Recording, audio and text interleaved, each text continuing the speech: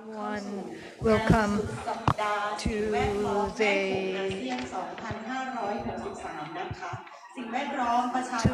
the Mekong-ASEAN Environmental Week. Environment, democracy, livelihood, and the regional interconnection. This is the second day already of this event. We have the session in connecting to the morning sessions. Now we will have the panel on.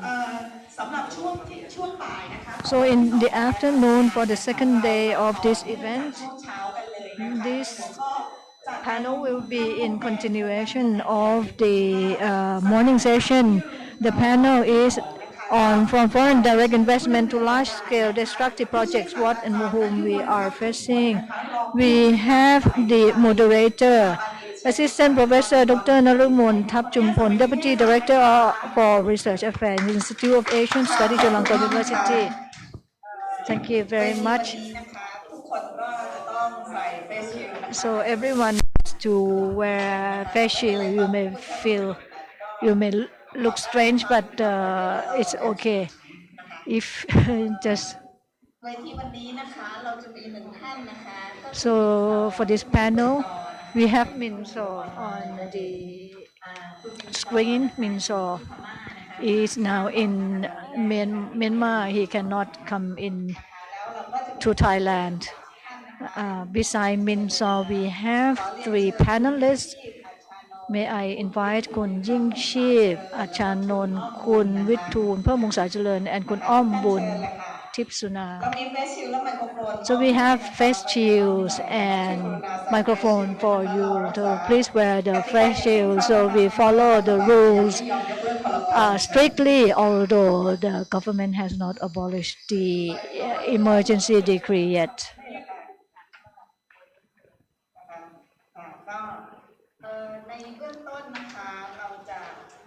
So I would like to introduce to you briefly for the first panelist, who is Myint Zaw. Myint Zaw graduated from ANU, Australia, and he is the one who worked on dams in Naruemon River. He will be discussing about the environmental issues in Myanmar, and Myanmar is about to have the election. So I would like him to connect his issue to the election and also to connect to the point which will be raised by Yingcheep, if you remember from the television yesterday. And today he will talk about life, environment, and politics. So we will see how the politics and environment are connected. And next is Kun Ormbun in the middle of the panelists. He is the second female panelist. She will be the second person to talk. And so she will talk about the missing food from the Mekong River, which is very interesting. So the third one who will close this panel, who is Witoon Permpongsacharoen. He has been working on this issue for a long time. He will talk about politics of regional energy impact and trend. So without further ado, I would like to start with Kun Myint Zaw. Myint Zaw, please start your presentation.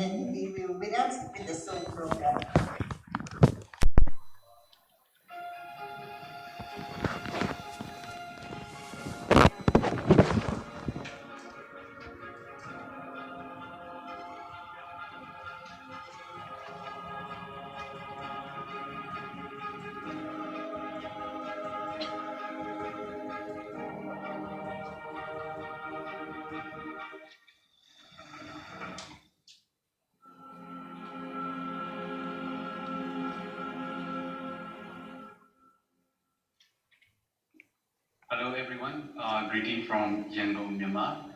Today I'm going to talk about Myitsone Dam campaign and concern over Chinese investment, which is intensifying even under the pandemic situation in Myanmar.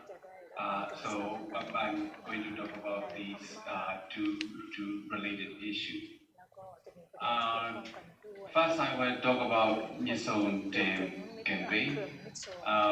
For those who did not know that campaign is that the Myitsone Dam and related issue. Myitsone is a crucial watershed area of the Yangtze River, where Chinese investment plan to build a mega dam in that crucial watershed area. So the people of Myanmar protest against that, even under the military regime, and that suspended in 2011. So from 2011 up until now, almost a decade that's still suspended. So this is kind of a rare success of civil society in Myanmar, and I guess environmental movement globally. So I will talk first about that Myitsone and why that's significant. And the Myitsone, of course, is a Chinese investment, and other Chinese investment inside the country that we worry about or their negative impact. So I will try to discuss that investment issue in second part of my presentation. So first about Myitsone. When we talk about crucial main river of Myanmar, this is a crucial waterway, and that this is a lifeblood of our country. That is Yingcheep River. Myitsone literally is confluence. Two rivers from the north, which go all the way to Himalaya.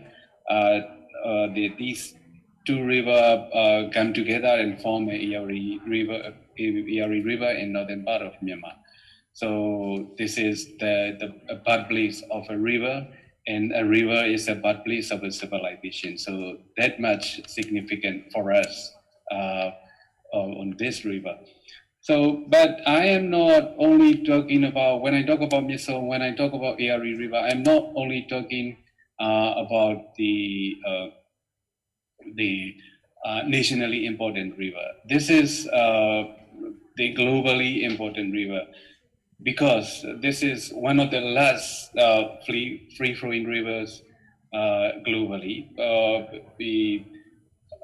Fortunately, not only Irrawaddy, we also got Selwyn River, and both Selwyn and Irrawaddy River, they both are designated as a free-flowing river, quite rare in the current situation globally. So this is globally important, globally valuable rivers of Myanmar. So for us, because it's nationally important, and also this is kind of national pride as a important ecological feature, as a free-flowing river. That's why we are so passionate to defend these free-flowing rivers exist in Myanmar. So not only Irrawaddy, but also Selwyn, and also another main tributaries to Yingcheep River is Chendrin. You will see a map on the right, in all these dark blue river that are flowing across Myanmar. So this is our ecological heritage. This is what we value very much. So when we hear about Myitsone in around 2000, the 2008, 9, we are restless, because we cannot let that loss in for short term in the ecological benefit. We want to maintain that for generations. So that's why we are kind of, many people in our country can identify with that river. Many people in one way or another support this campaign, because this is nationally significant. And another, and also, but this is a picture of that two river confluence. You will see the picture the two river coming together, and then the single river stretch. That's Irrawaddy. So I'm trying to show that this area, because from that point up to the foothill of Himalaya, this is what they call nationally important, regionally significant, and globally outstanding area. This is an area that huge the amount of biodiversity intact exists, and also that's the intact forest state there. And again, this is a crucial watershed area for the ERD River. So this is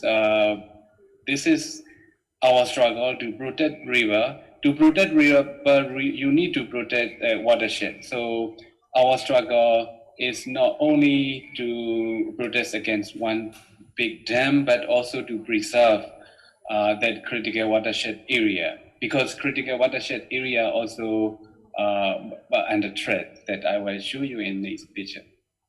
So what we talk about Myitsone is that confluence area, but the initial plan is to build a cascade of dam in the that's two river area, what we call in Myanmar two river triangle area. So there's several dams along these two rivers in very important watershed area of Irrawaddy. So if they move ahead, and if they build them, one river will be river on the right will be totally under control of the flood control, the flow control regime of all these cascade of dams, and river in the left, that will be kind of half of the river area will be under control of that cascade of another cascade of dam. So in total, this is huge. The several big dams to build, and it's a large scale, and it's going to have a huge impact, devastating impact to the river and the community downstream, and also people living in upstream, because in the up there's the indigenous people, local people are living there, and their livelihood, their community, their kind of ecological. That's right. So, as I said, that's Myitsone Dam campaign suspended all these projects for now, but we're hearing that just recently they are pushing to restart some dams up north. They will leave alone Myitsone for a time being, but they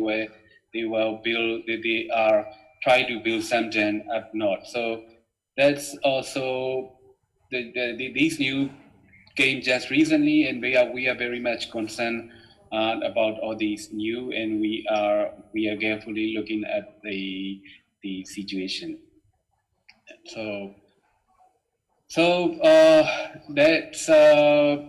so what the Myitsone Dam campaign is. We started under very difficult circumstances. Back then, the military regime in our country, and very little space, but using art and kind of try to expand public kind of space for the people to engage. We somehow mobilize the people, and many people kind of participate and support in one way or another. So this is a kind of, as I said before, quite a milestone in the civil society movement in our country. But again, this is not stopped yet. These projects, these are suspended. So now in almost 1 decade, we are trying, mobilizing, raising awareness about all these stuff in several different ways. So after Myitsone Dam suspension, relation with China and Myanmar a little bit a little bit cool down. and so the Chinese investment kind of a little bit reduced in all these years. So geopolitically, Myanmar moved a little bit closer to Western community, and Chinese seems that they kind of they try to look the situation and they wait for the opportunity. So that what we feel they after what we feel and what the data indicate that they try not to push hard in terms of investment in our country. But as many of you know, after Myitsone, after some sort of power balancing between China and Western power, we got all these crises, Rohingya crisis in Rakhine State. There's again a huge violence happened, and thousands and thousands of people displaced. So when that happened, then the Myanmar relation with Western country became a little bit problematic. So that where Chinese came in again, and the Chinese support Myanmar from Western pressure, and then Myanmar in turn try to give many of kind of concession and business concession to China. So after Myitsone, there's some sort of a little bit slowdown in investment from China, but after that tragedy in Rakhine State, then the investment came in again in a big way. So this time, Chinese investment came under the name of BRI, Belt and Road Initiative, and also in the name of CMEC, China-Myanmar Economic Corridor.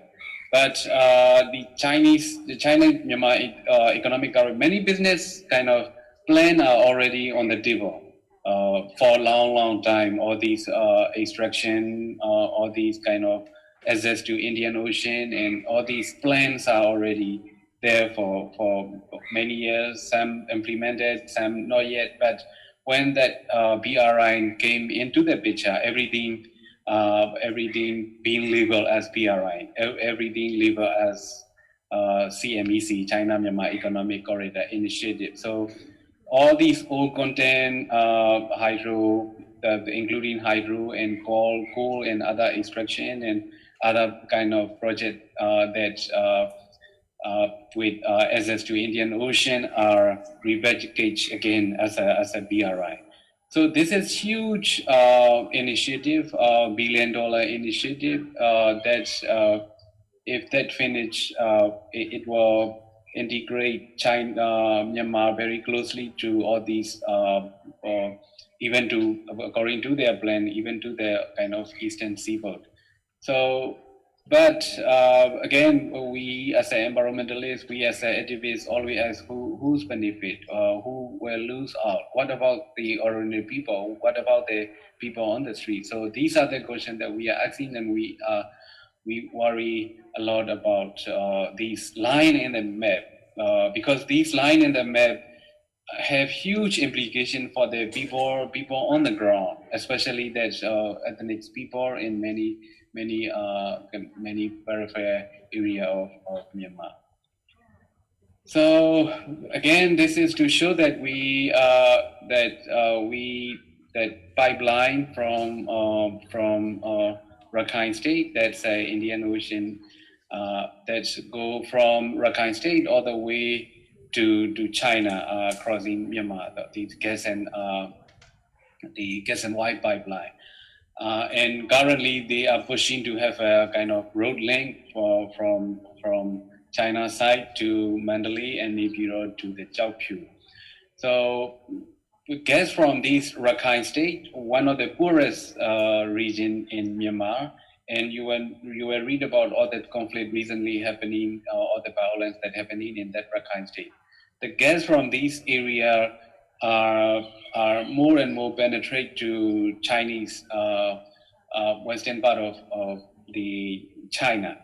So the communities there and all these people in Chinese society more and more depend on the gas from Myanmar, and also more and more investment came into the area, into to China side and to Myanmar side, kind of the petroleum refinery in Goldman area and all this investment.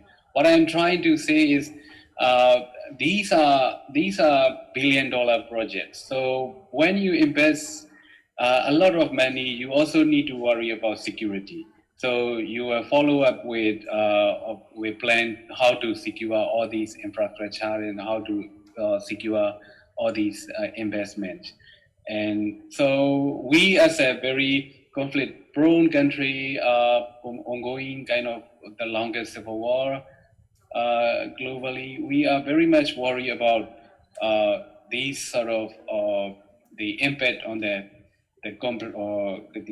conflicts, followed by investment, followed by plan to secure these investment. Because again, as I said, all these violence, most violent conflict are happening right now in Rakhine State, and there's a lot of powerful player in that area, including Chinese.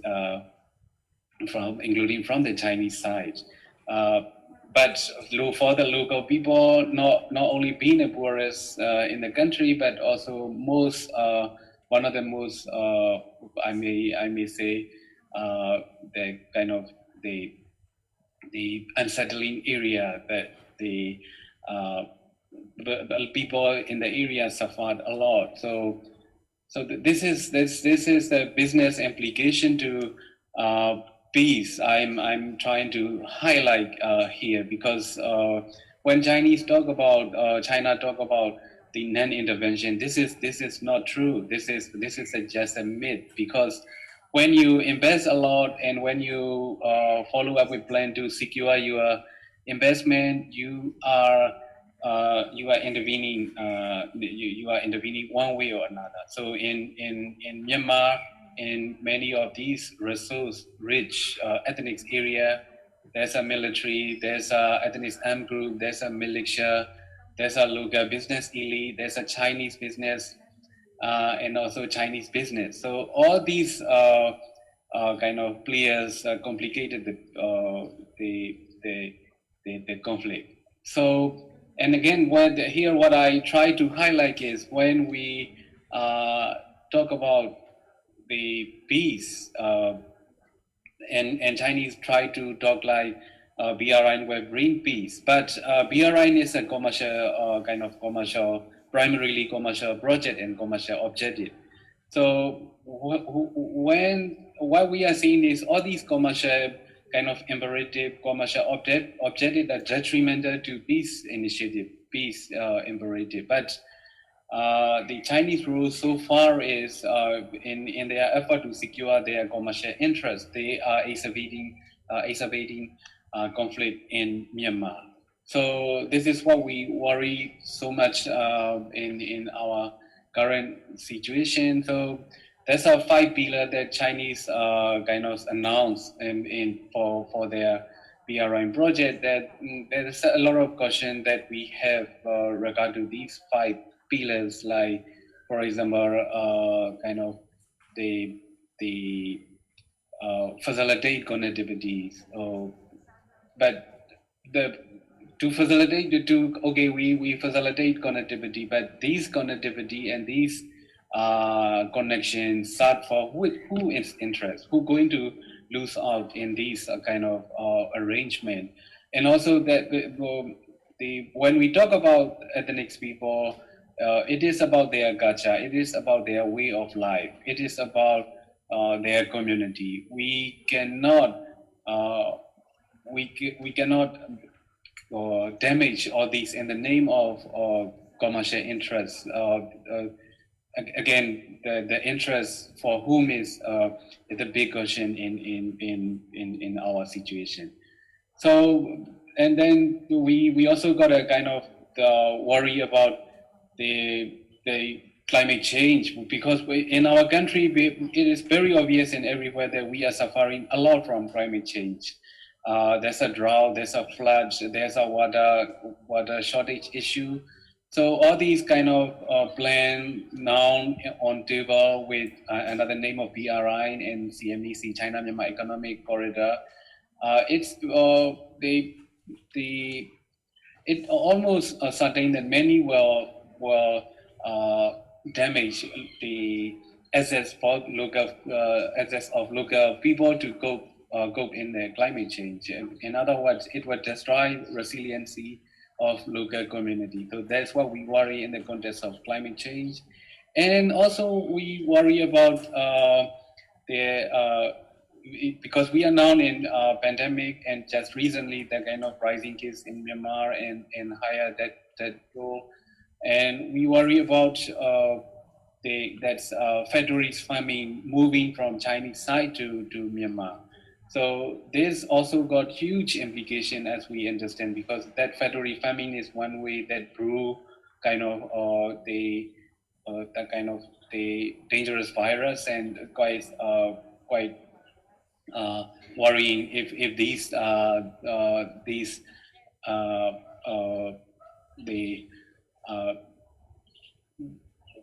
are much of these plan are go ahead, which already moving ahead in our country. Another thing that are related to Thailand is there's because the Thailand and Myanmar share border in many areas at current state. In current state to Chinese, in current state in Thailand and Myanmar border, there's a lot of kind of shady business deal came into that current state, which is a border between the border area of Myanmar and Thailand. So the plan is because as many of us know about all these tragedy in Sihanoukville in Cambodia, many of the gambling and other business want to move to that area due to the current state between Thailand and Myanmar. So this, and also the criminal gangs and people with criminal record involved in all these plans. One of the most infamous is Chikoku project in Myawaddy area. So these going to have a huge implication and to not only to Myanmar but also to Thailand, and we also need to look at very carefully to all these investment came in into Thailand Myanmar border in current state. So then just briefly about our political situation, our political leadership to handle all these situation. There's not so much good news in that aspect, because in our own opinion, the transition pretty much stalled. All the elite are in place, or both elected leaders and military lead, they need Chinese backing to hold on to power. So this is sad news for us, that the political leadership that we look forward so much are not in any shape or form to improve the situation of ordinary people. Having said that, this is my last slide. We got a strong civil society in Myanmar.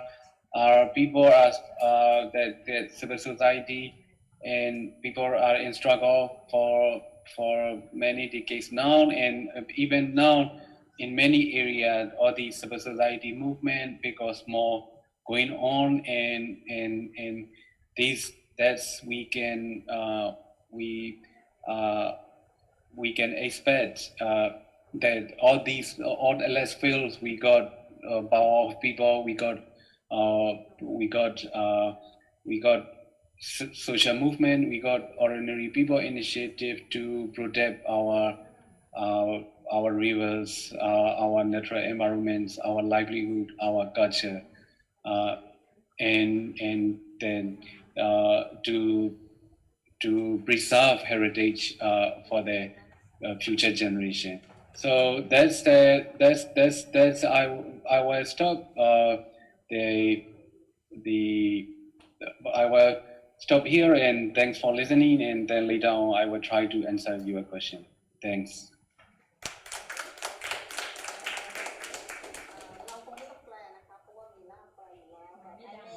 Some question for Myint Zaw, but you don't need to answer me. You can hold it, because Myanmar is going to have election on the 8th of November. So you might have. I may want to ask you to link between the politics of the Chinese investment, ethnic politics, peace process, or quite a lot of issue, and the election and the coming election. I mean, Thailand is still struggle. We have not seen the end of the tunnel, but I think in Myanmar situation, and since you already talk about democratic transition that link to the investment, maybe you can hold on. You don't need to answer me now. You can thinking, because we will go to other speaker first. But I would like to I would like to ask you to link between Myanmar election and democracy with the environment investment. Someone saying that, asking Myint Zaw as an ad hoc, but can you answer it now? Does the civil society plan to do anything in linking between elections and politics with the issue of the investment? Yes. You can speak to Zoom. Myint Zaw, you have to unmute your microphone.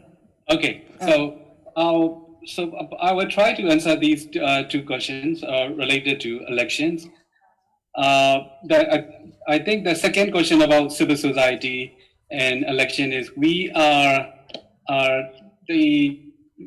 you look at the election landscape, there's a Burman-dominated party, including current ruling parties NLD and then the USDP, which is kind of a former kind of military linked to military regime. So these two big party, one from former military regime and one current the opposition. The current government, NLD government. These two Burman-dominated parties, and there's several others parties in Burman area. When we look at all these political parties, we are not that excited, frankly, quite frankly, because we are giving all these decades of operations and suffering under military rule. We are very unwilling to support USDP, except some candidate there might be good for their areas and all that.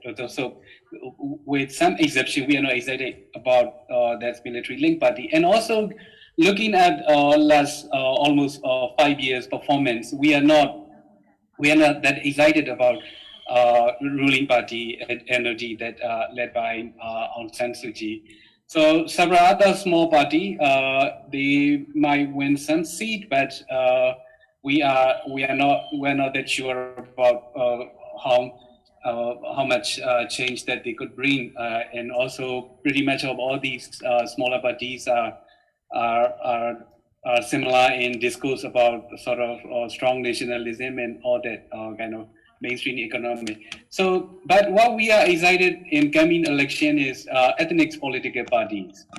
These small parties from different ethnic area, this time they are really trying hard to gain seats in national parliament and also in the state and regional parliament.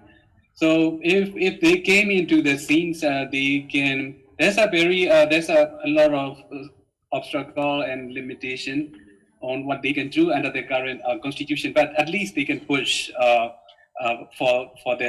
improve the situation in ethnic area. So that this is what we are looking forward to. How much change they could bring, we don't know how much seat they're going to get, but it's all the indication point that in many ethnic area, ethnic party could win.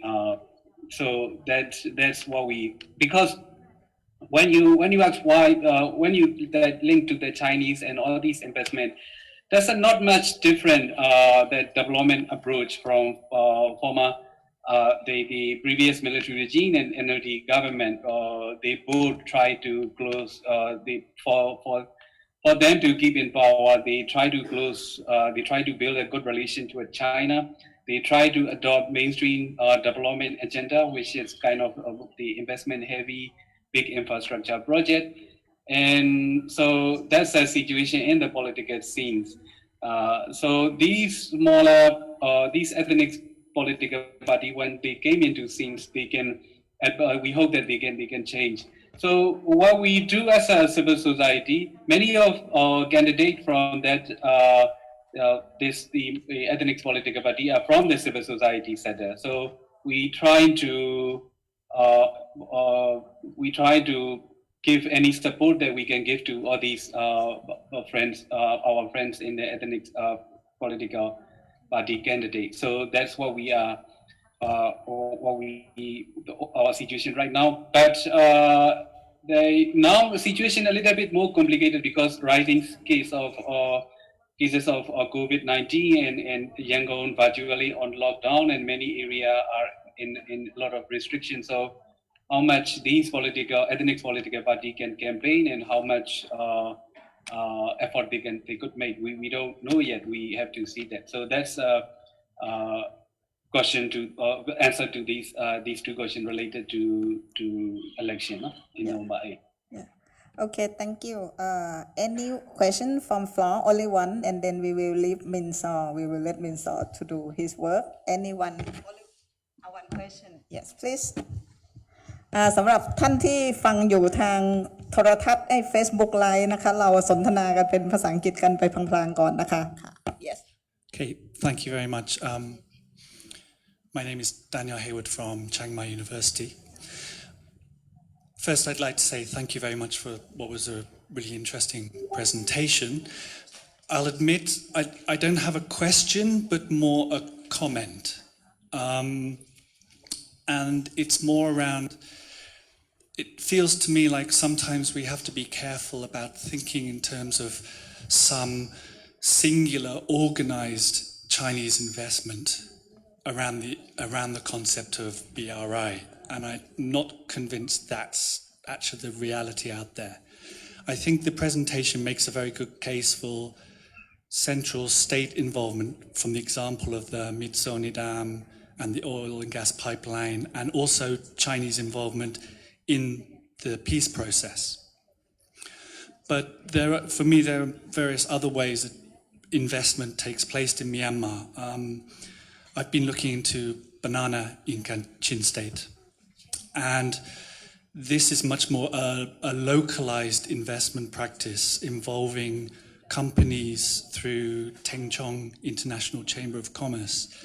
And it seems to me what you see is investment taking advantage of a history of trade relations between Kachin and Yunnan, and also building upon something like the opium substitution program. So the challenge is that I think there are many different ways that investment takes place, and it's not all coordinated, and it can be chaotic. And in a way, if we think in terms of a Myanmar response, it makes it more difficult to find out how do we make sure investment takes place in responsible terms that potentially could bring economic growth, but also protect the rights of local people and the environment. Thank you. Thank you. Yes, I think we will discuss later, possible next March, when we have the Burma-Myanmar conference in Chiang Mai. So those who listen on the floor, you can prepare yourself to, if the Thai government allow you to travel, we will have another deeply discussion on the Chinese investment in Myanmar on the Burma-Myanmar International Conference. So now, thank you, Myint Zaw. ขอบคุณค่ะ Myint Zaw. Thank you. เรากลับมาภาคภาษาไทยนะคะก็สำหรับคนที่อยู่บนเวทีนะคะแล้วก็ต้องขอบคุณคุณChiang Mai and Dr. Myint Zaw for the comments. So if we try to link what Myint Zaw says about Chinese investment and large projects. One thing he said was about the political structure, because his issues are clear that Myitsone Dam it's linked through from Kachin to along the Irrawaddy Delta, going through so many ethnic areas. And the situation is that Burma is going to have an election, and there are a number of the discussions going on that right now they've got they're facing a lockdown in Yangon, but the issues will be the ethnic groups and areas. So the next person to speak is Yingcheep, and who is very who has a big role in collecting about 170,000 signatures to submit to the parliament. And but the parliament kind of ignored it, saying that they wanted 45 more days to resolve it. So Yingcheep is going to discuss about the lives, politics, and how they are related. So who have signed the petition? Thank you very much. So I'm very glad to see a lot of friends these days. So our country changed so fast, and every day new things happen. On the 22nd, we submitted the petition, and we discussed the politics and whether they actually accepted what we said. No. But then the 24th, they said no, they admit that they're going to delay it. So there seems to be a new measure. And yesterday, Pheu Thai Party made a different remark again, so I don't know what happens. They could change their mind from one day to another. So in this forum, I'm very glad that there is space to discuss about livelihoods, environment, and politics. And there is a question among our group, which I have heard so many times since the NCPO took power. Many of you have been working in environmental movements, and also the people in the communities who are struggling in their areas against certain issues. So if we're going to fight on both the political issues and environmental issues together, will it be good? But many people say that we need now to stop the power plant construction in the area. We have to. This is a priority.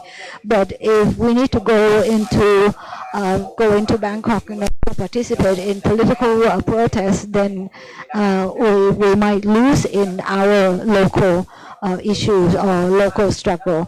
So this is one of the strain of thinking among a lot of people. But other people said that maybe we have to focus on political movement, because this is one way to make life better for all of us. So I'd like to hear what you think today too. So we know that the national strategy, right, that this is something that the NCPO concocted. And I'm not going to call it a national strategy plan, but it's a plan that is drafted by a committee that was appointed by the NCPO, and all the military bigwigs are actually sitting on this committee, and they don't differ that much from the NCPO itself. And the 70 pages long was declared and the same committee actually is the one that decides which is relevant to the plan or not, or related to the plan or not. So basically, this is what they say is a roadmap for Thailand. It's basically the plan to monopolize the policies for the next 20 years. And so at the beginning of the year before COVID, there was some smoke and haze problem. And if you look into the plan, they don't mention this.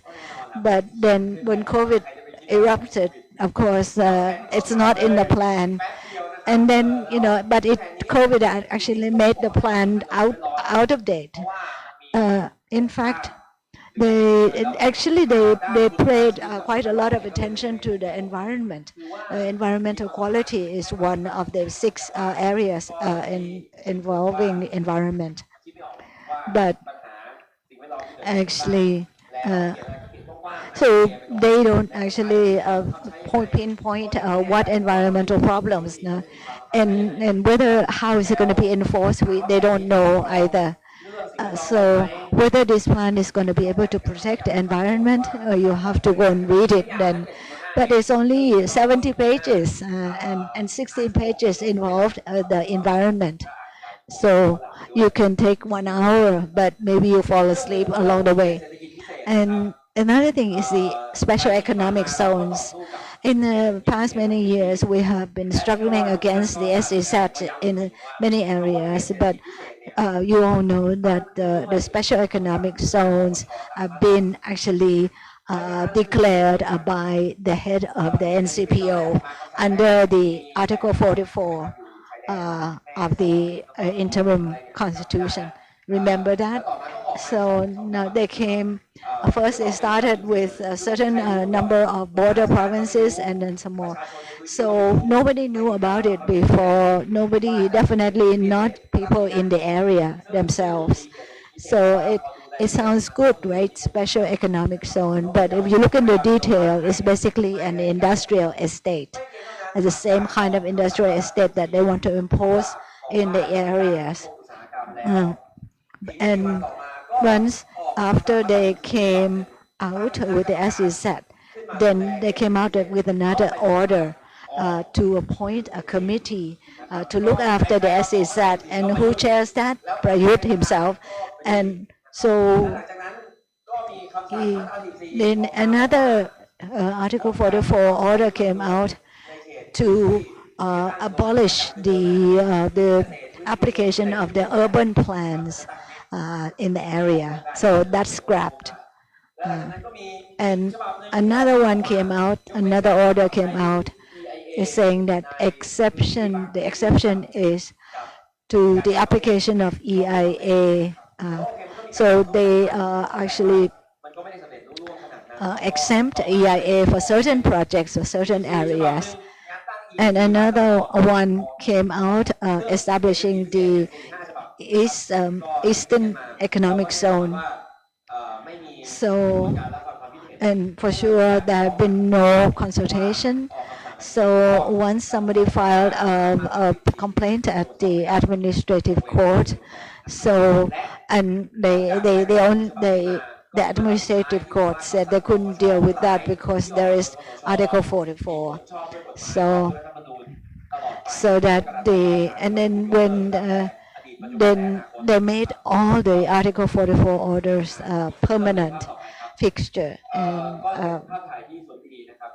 And here is the nice picture that is in 2017 of people who are protesting the coal-fired power plant in Tepa district.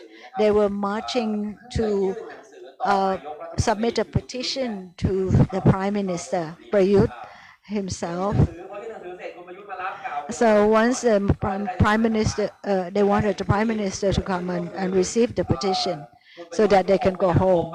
But probably Prayut didn't want to meet them, but they actually sent the police to disperse the march.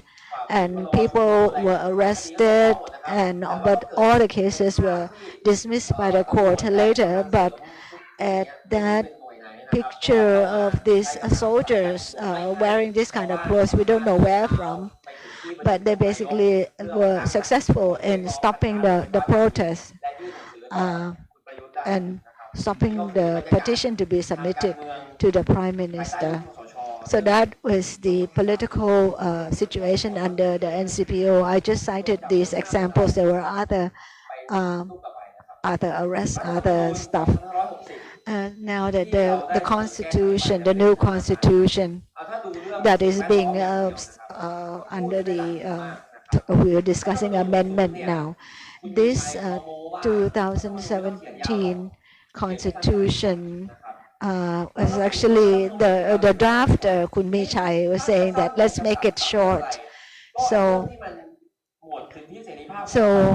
but when they want to cut to make it short, actually they cut off any the chapter that talks about people's rights and liberties, but they have a long explanation covering how the election is going to be taking place, and also so the constitution to 20 at least they actually dropped this clause on the rights for people to live in a good environment. And also they dropped the rights of people to be consulted on projects.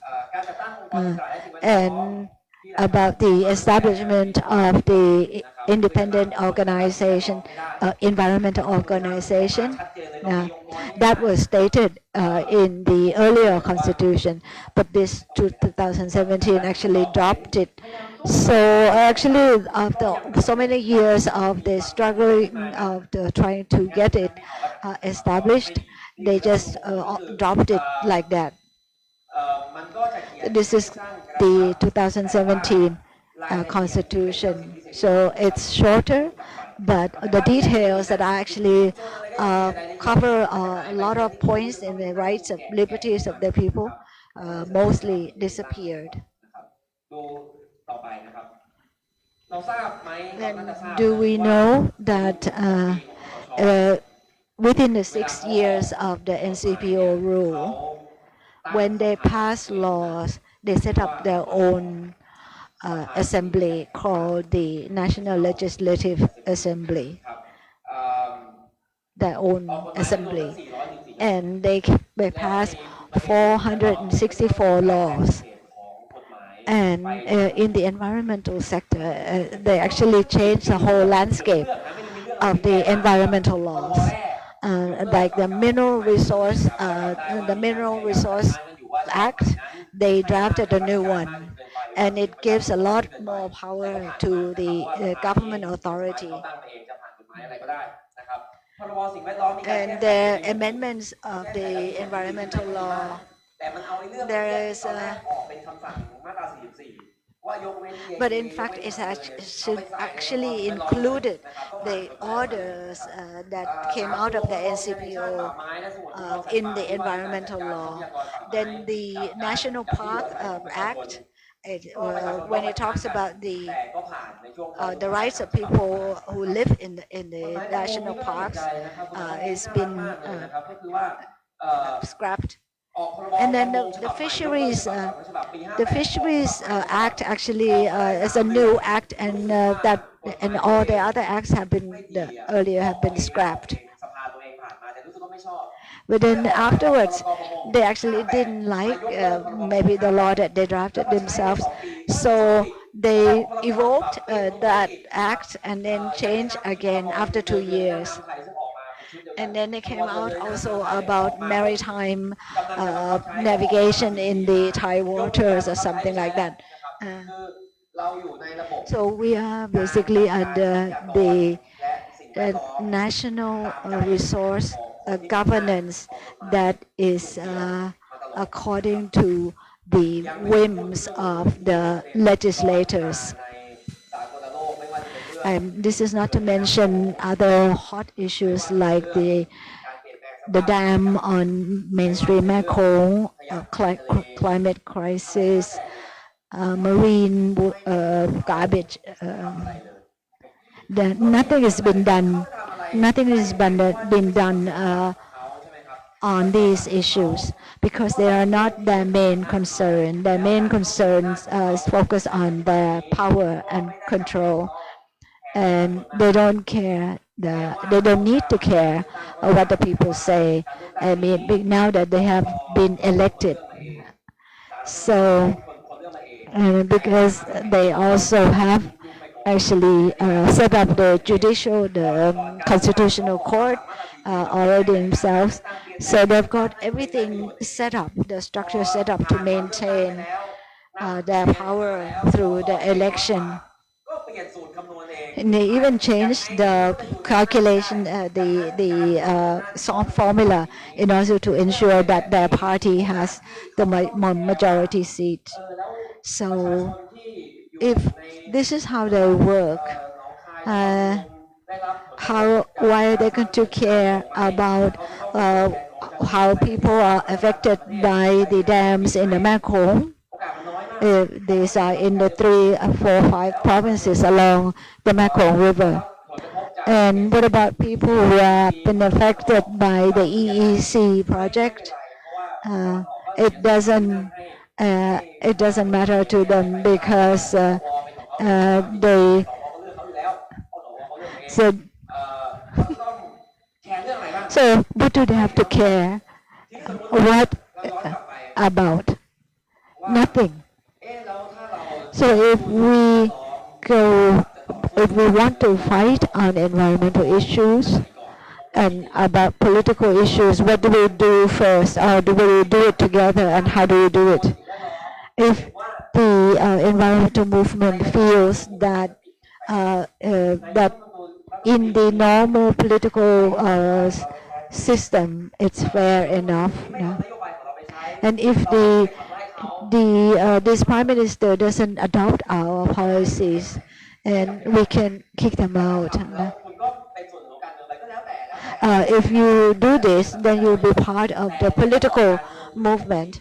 But we have an abnormal situation at the moment where people who holds power do not have to care about what problems people face, and they can do everything without consulting the people. For myself, I believe that in this situation, you cannot just fight on the environmental issues alone. If you can actually ban or stop the coal-fired power plants over here in Tepa district, but then you'll have the SEZ in Janat district. And in this area, there are already people who actually would benefit from the natural resources there. So the things will occur. This investment and these large projects will occur all the time because there are people who are waiting to benefit for it. If they can't get it here, they'll go elsewhere. So if we want to see a political system that actually care about the people's and who actually consult people, so you must know, you can see that you cannot separate the environmental issues and the political issues, and you cannot leave the young people to fight it alone either. Thank you very much. I'm not going to allow people to ask Yingcheep now, but I have one question. In the past, the environmentalists usually separate between the issue of environments and politics and election. They feel that, but there have been debates, and Myint Zaw also mentioned this, because they could see that UNSDP and the NLD do not differ from each other in terms of the environment. So maybe this so maybe you have to think about, we're not actually just trying to get achieve democracy, but we want democracy to actually be answerable or accountable to the people. So Now I will go to the people who are really live in the Mekong region. Food. Actually, what he said is good.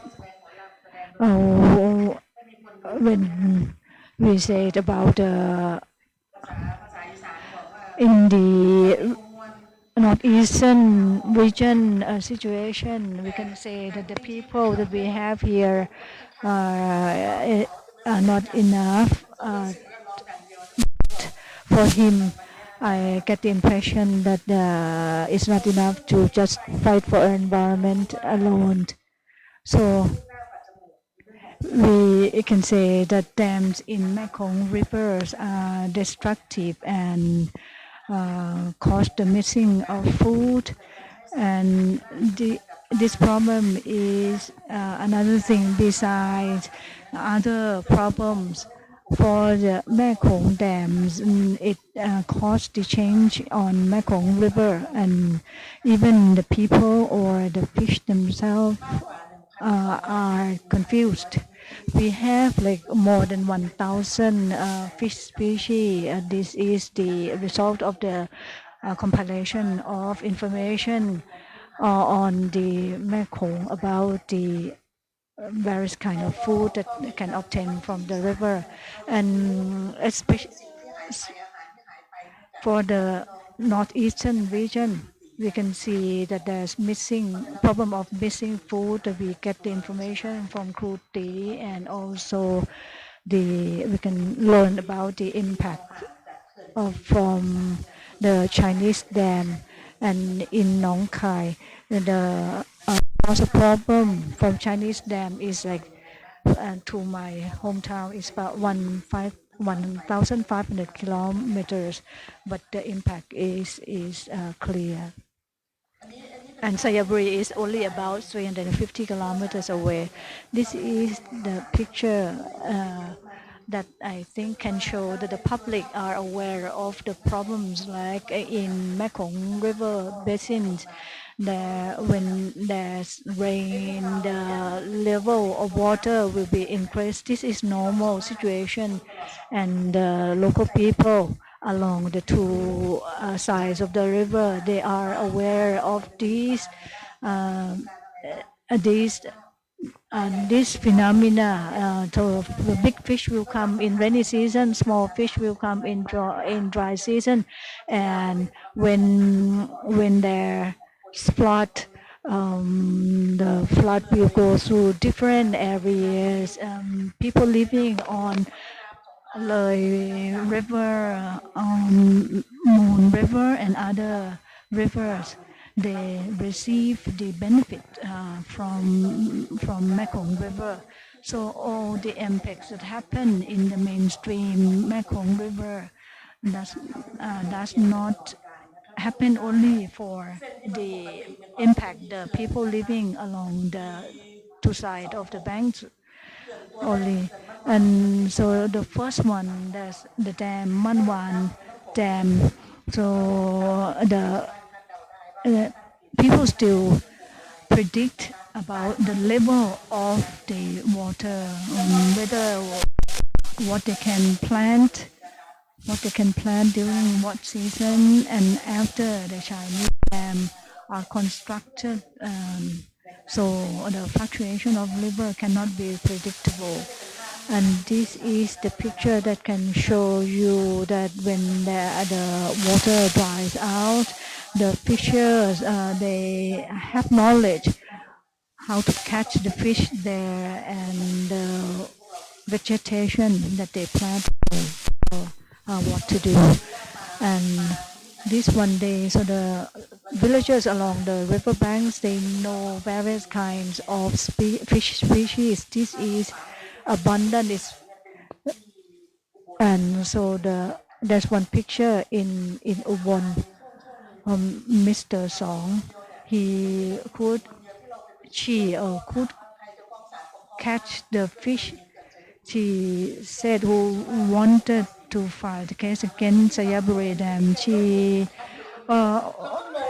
is the one who raised the hand in order to file the case against Sayaburi Dam. I was surprised to see her rest her hand, and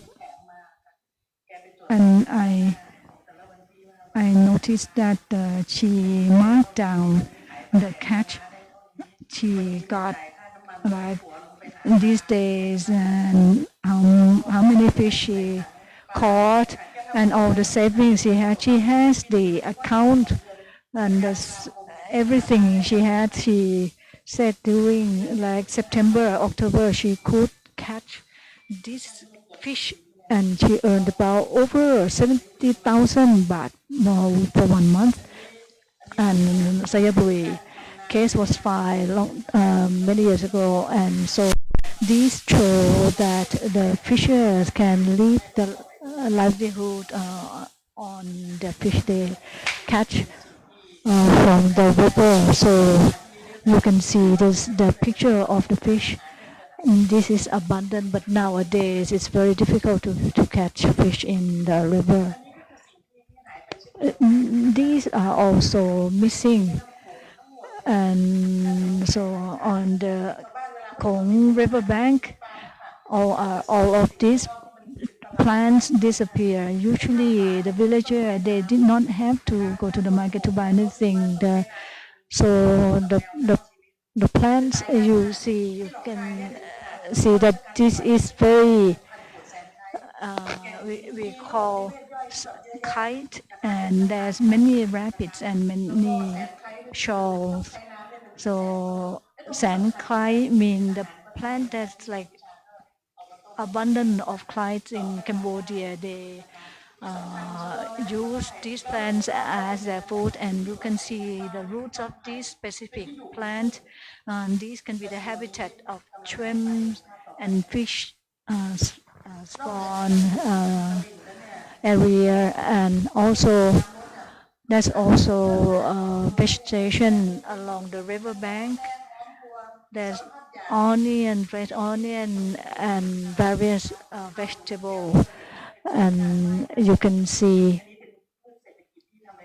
these are all the catch crops and the tomato from the factory collapsed after the dams are fully operated. And so we who live in the city, we do not know that the vegetables are grown also around the riverbank, and because of and that come along with the river. So this is the related issue that was raised by Ubon this morning. So besides fish, there's mollusks, and also bird species. So the birds that also lay in this area when there's like fluctuation of water levels or they disappear. So for those who do not live in the Mekong River, not know that these are the things that are eatable, and these birds are migratory birds. The villagers said that they come from China. They eat mollusks in these areas, and so life here is connected. According to the information we compile, we can see the irregularity of the Mekong River level. So around at the end of December of 2013, it was the winter, but all of a sudden, because of the Chinese dam, there's an increasing of the water level. So we can see many of these kind of pictures, but there's no impact assessment. These are the incidents not being publicized on the media in July. It is in rainy season in July 2019, and July, August, and September. Villagers cannot catch fish because it's the specific season. But the water level is like 3 to 4 meter lower than the normal level.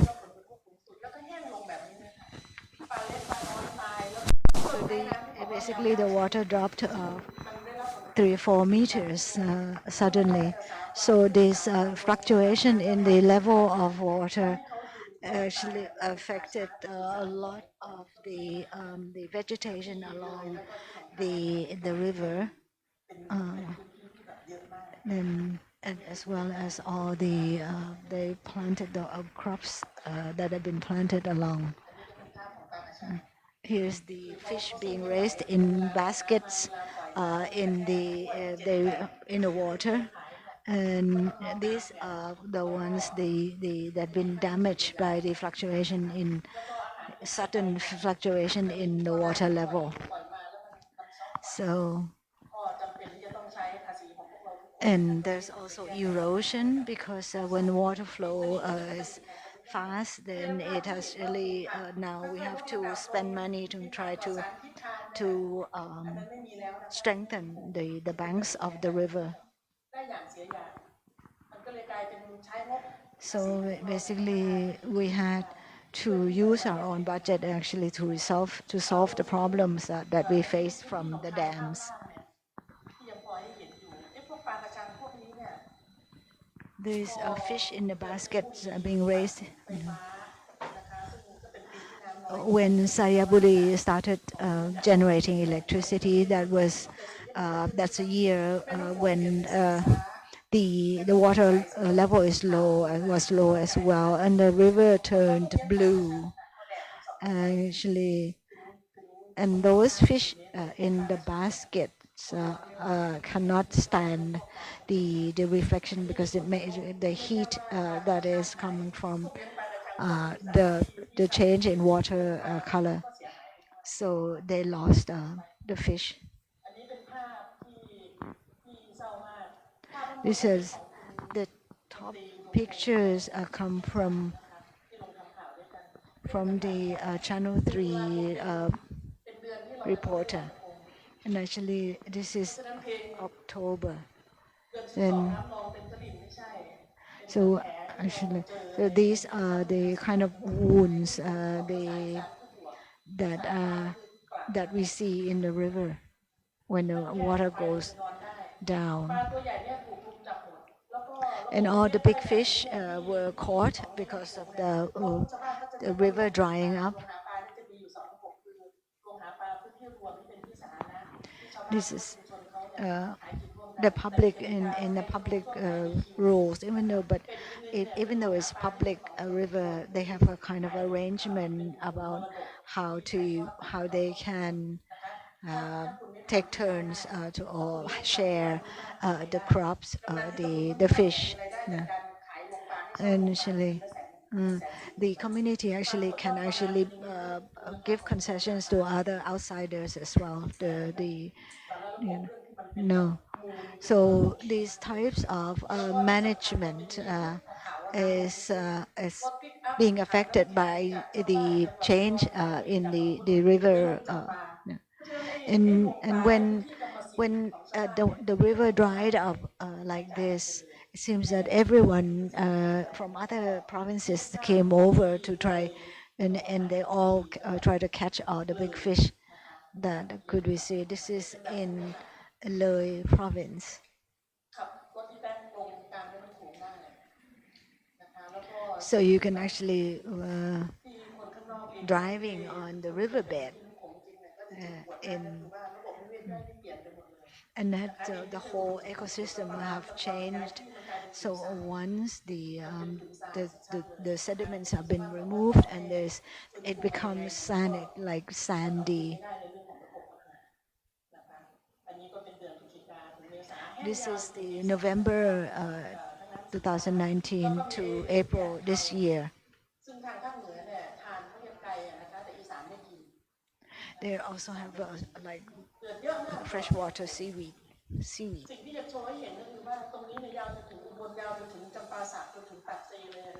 This this happens all along the river, and the academics in Ubon Ratchathani saying that this phenomena is going to really make the 69 varieties of fish extinct in the future. And one of these is the one of the variety is actually on the CITES list. But we were trying to collect more information, data on this.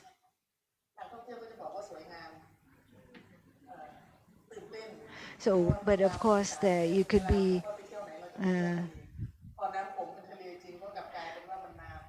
See, this is where the river turns blue, and then people say may say it's beautiful, but in fact it affects a lot of the ecosystem. And on the right photograph is the gathering of fish, and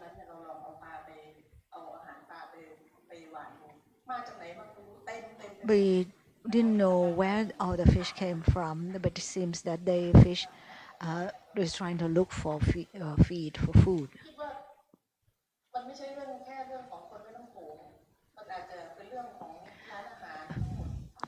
We think that this is not a problem only about the Mekong people, but other restaurants in other areas are going to be affected too, because restaurants actually you can use a lot of fish from the Mekong River, the freshwater fish. So it's not the food security of just the Mekong people. No. So if now it seems that earlier we talked about energy security and food security, and the two sides are in contention of each other. But right now we don't have any more problem with energy security, because Witoon is going to talk about the oversupply of electricity in the country.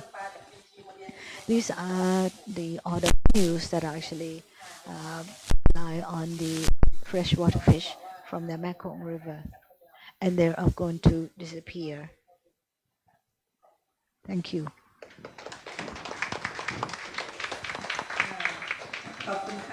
Thank you.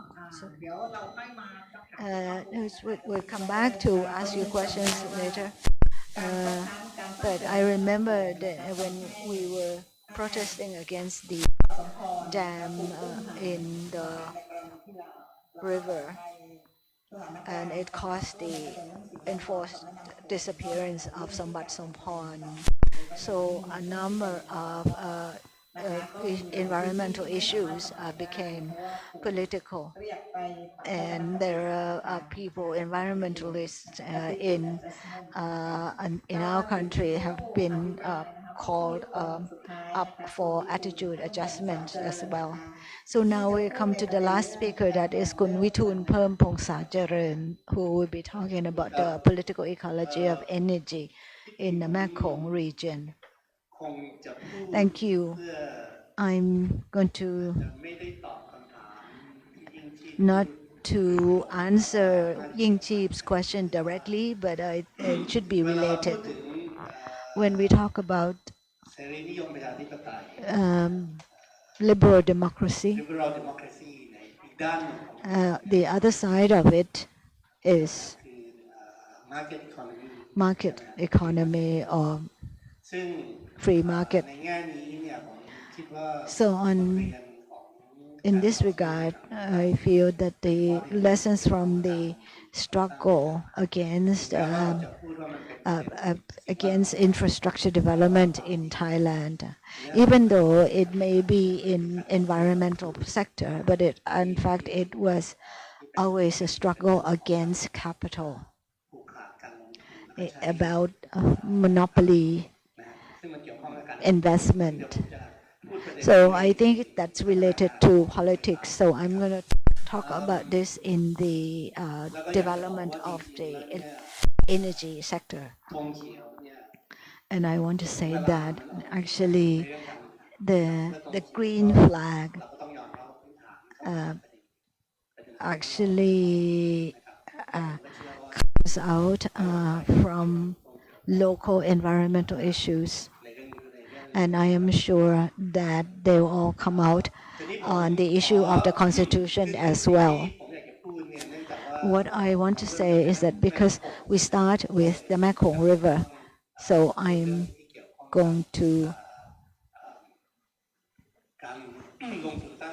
talk about dam investment in the Mekong, but because we have limited time, I will not be able to talk about electricity supply or demand in other countries. So I'm going to focus in Laos and Laos, PDR and Thailand alone. As Kun Om said, the damming of the river is not a free gift. It's a trade-off, and it always involves people winning and losing. So what do we have to exchange? What do we have to do in exchange for electricity? I just want to give a little bit of an overview on the issue of whether it's necessary or not, and who wins, who gains, who loses. It's difficult to prove right now because it depends on whether these key actors will agree. There's a belief among the engineers that they can produce electricity up to 50,000 megawatts from the Mekong alone. So Laos thought that they could become the battery of Asia.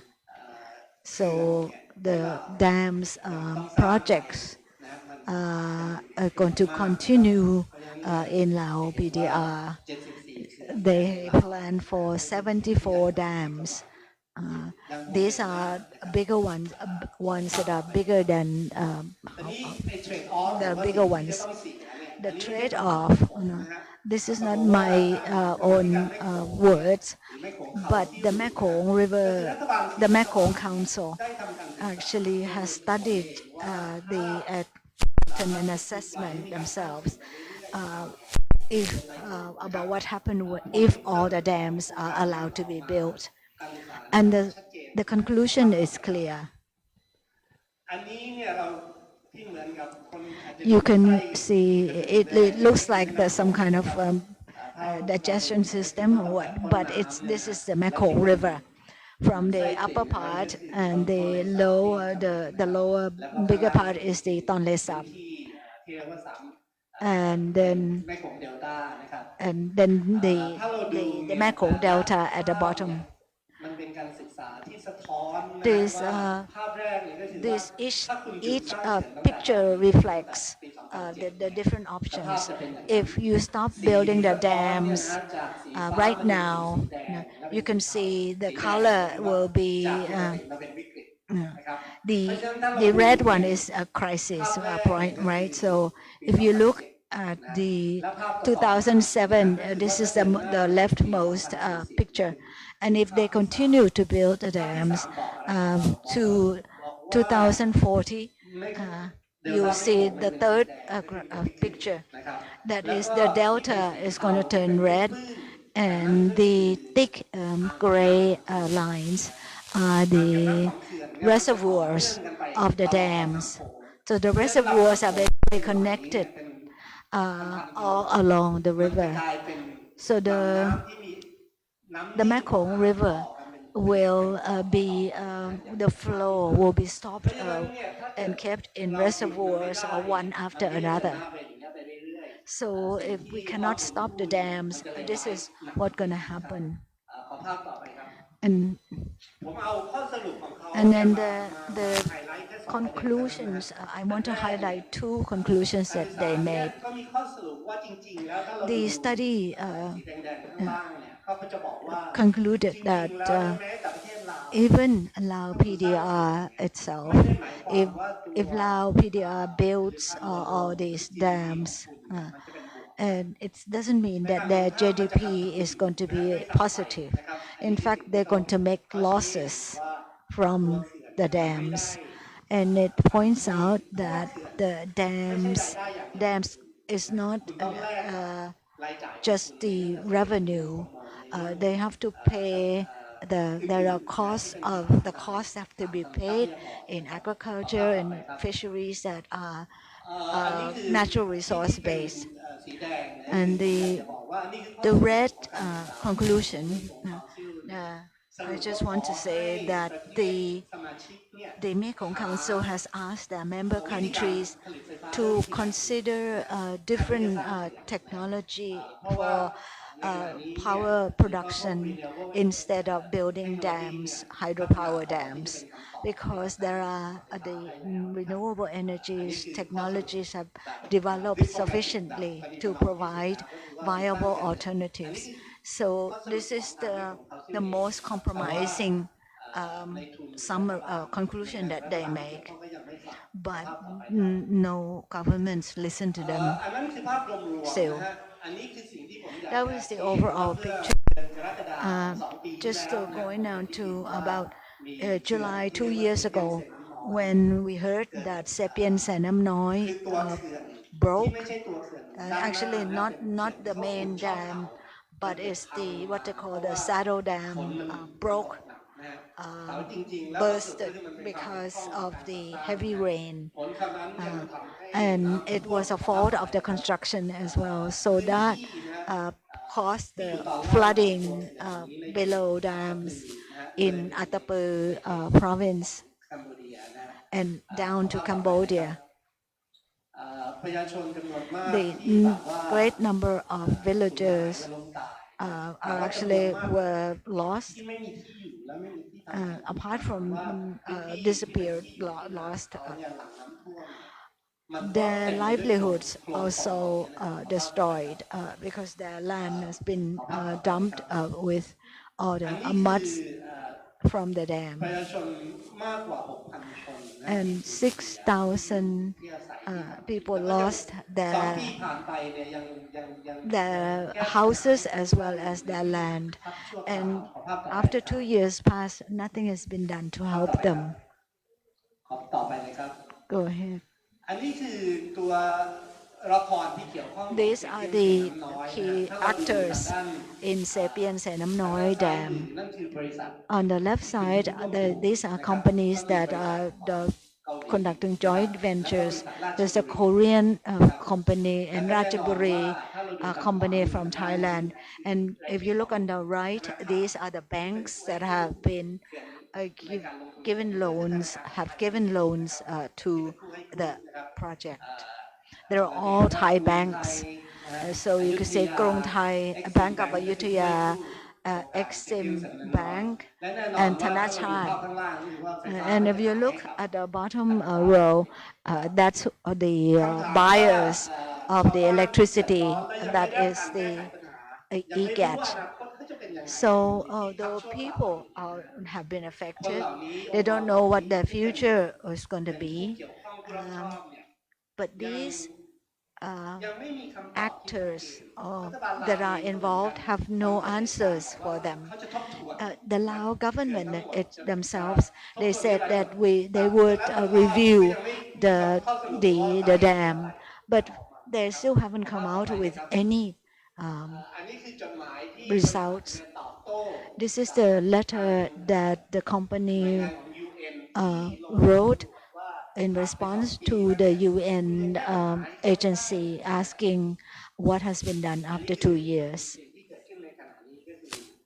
So So it shows that if any country think, any government thinks that dams could help alleviate their problems or their poverty, you could see that all these sufferings already occurred without any benefit whatsoever to the government. This is the news in Reuters news in the last 2-3 weeks. What is interesting is that the Lao government is now facing a problem of not being able to pay back the loans from international banks. Every year, the government has to pay about 200 million baht, dollars. So they are now going to become, they cannot pay their loans for the first time. And these debts actually come from the investment in dams construction. A professor in University of Tokyo saying that the situation in Laos at the moment is the risks of national sovereignty and being unable to pay back the loans is going to affect the credit rating of the country. And next time you take out the loans, you're going to have to pay higher interests. And this situation is going to affect the ordinary people in Laos. This is what's already happened. You spent the 10 years building dams and you've never actually benefited. And this is what you have to pay instead.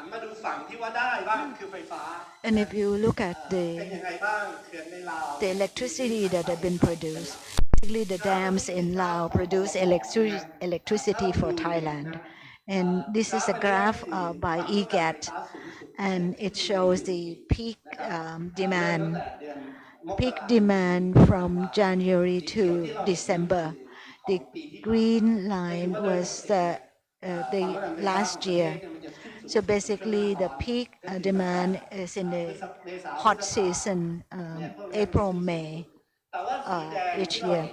The red line is this year from January. You can see the difference. So the peak demand actually occurred before COVID-19 in April. Then afterwards it dived down.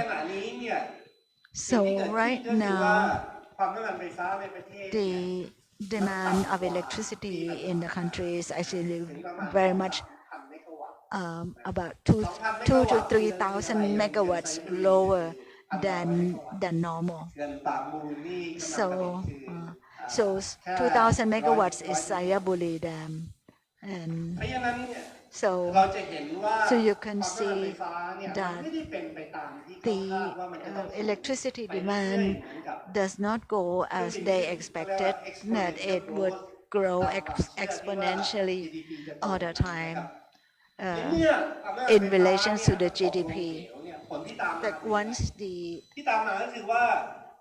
electricity demands go down, that means we have plenty of reserve, because we have not slowed down, or we cannot slow down or stop the power plants operation and construction.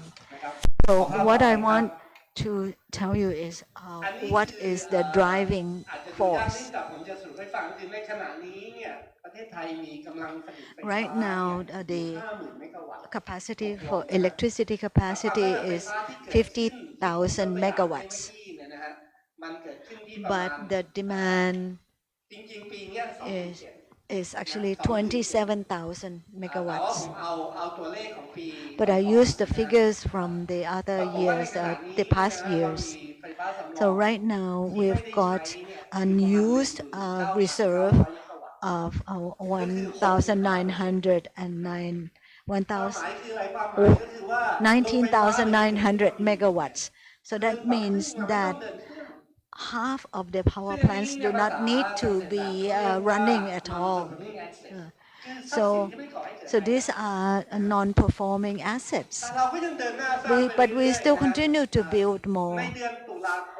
In October last year, July, October, no, while we have more than 50% reserve, we had Sayaburi, Recipient, Senam Noi, and Namiap joining. So that means the capacity, installed capacity increases. So you can see that the rising reserve, what does it mean? It means you pay more for your electricity. So because all dams have costs, if you take out the loans, you have to pay back the loans, and it needs management. And this is the Power Development Plan of Thailand 2018. This plan lasts until 2580.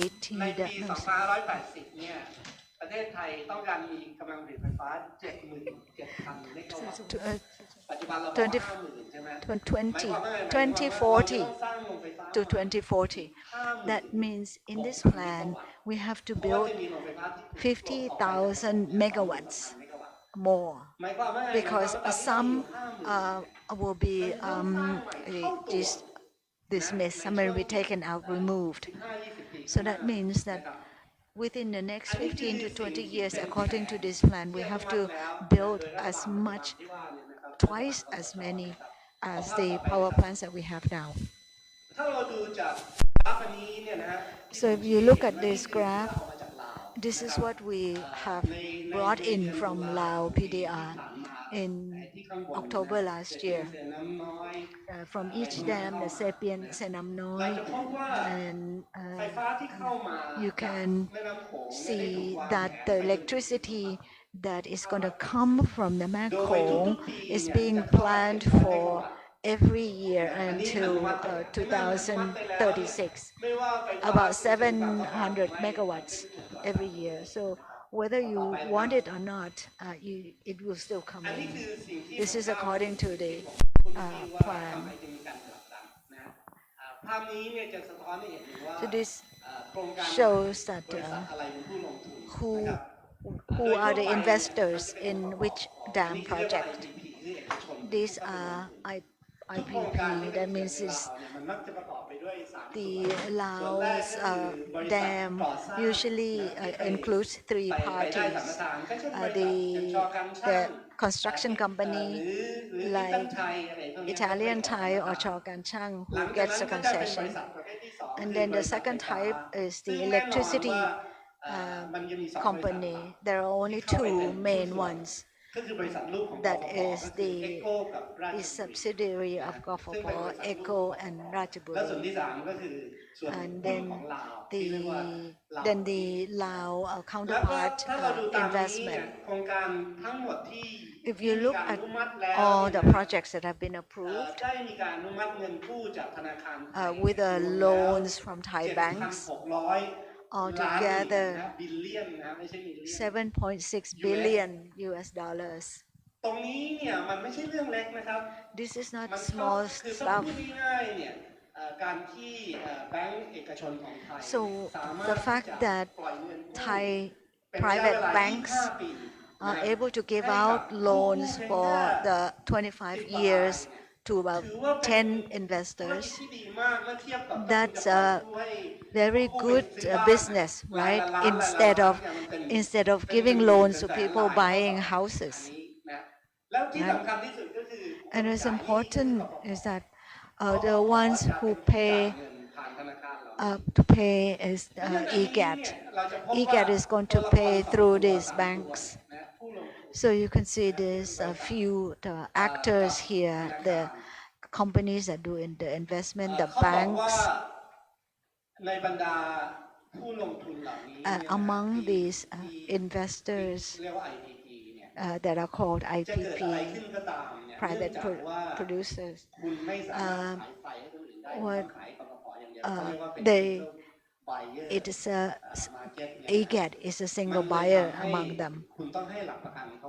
So that means IGAT has to ensure that they don't suffer risks. So even though there is no need, no demand for electricity, you don't have to worry. You will get your income so that you can pay back the loans. This is what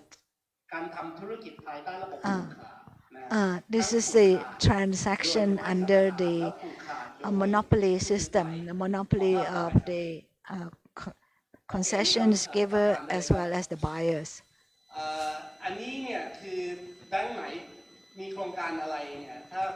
So if you need to know which bank has what projects, these are all the commercial banks in Thailand. So this is the phenomenon of neoliberalism, because earlier when you want to build dams, it's a government that build dams and they get a loan from international financial institutions. But now the World Bank doesn't give out any more loans to governments. They want to push for public-private partnership. So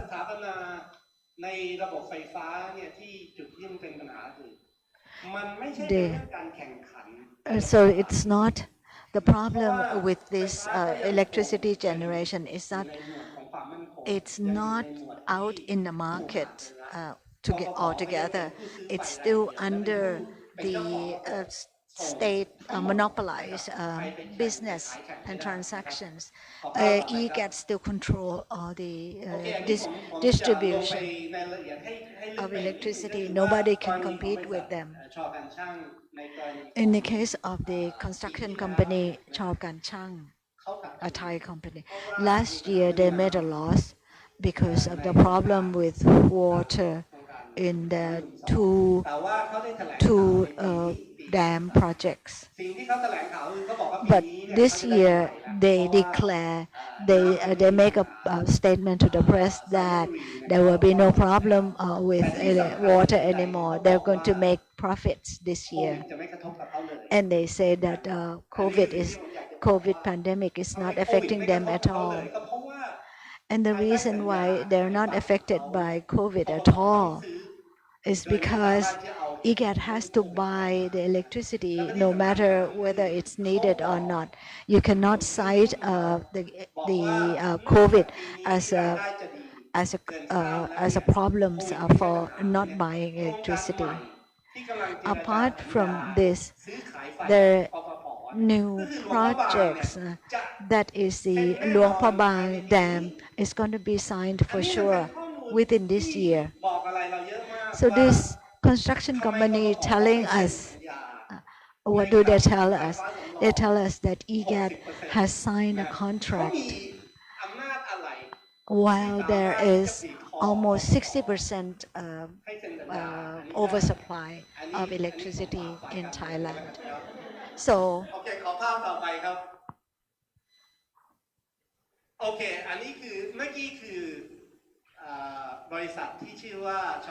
that was the Chao Kan Chang construction company that actually built the Sayabuli Dam. This is ECO, which is a subsidiary of IGAT. ECO actually was wholly owned by IGAT, but now they own only 25%. The another 25% is owned by a Japanese company, Mitsubishi plus TEPCO, that ran the problematic nuclear power plant. Once now, if ECO is not wholly owned by IGAT, but ECO still maintain its privileges. These are the committee, the board members of ECO. You might know some of the names. ครับ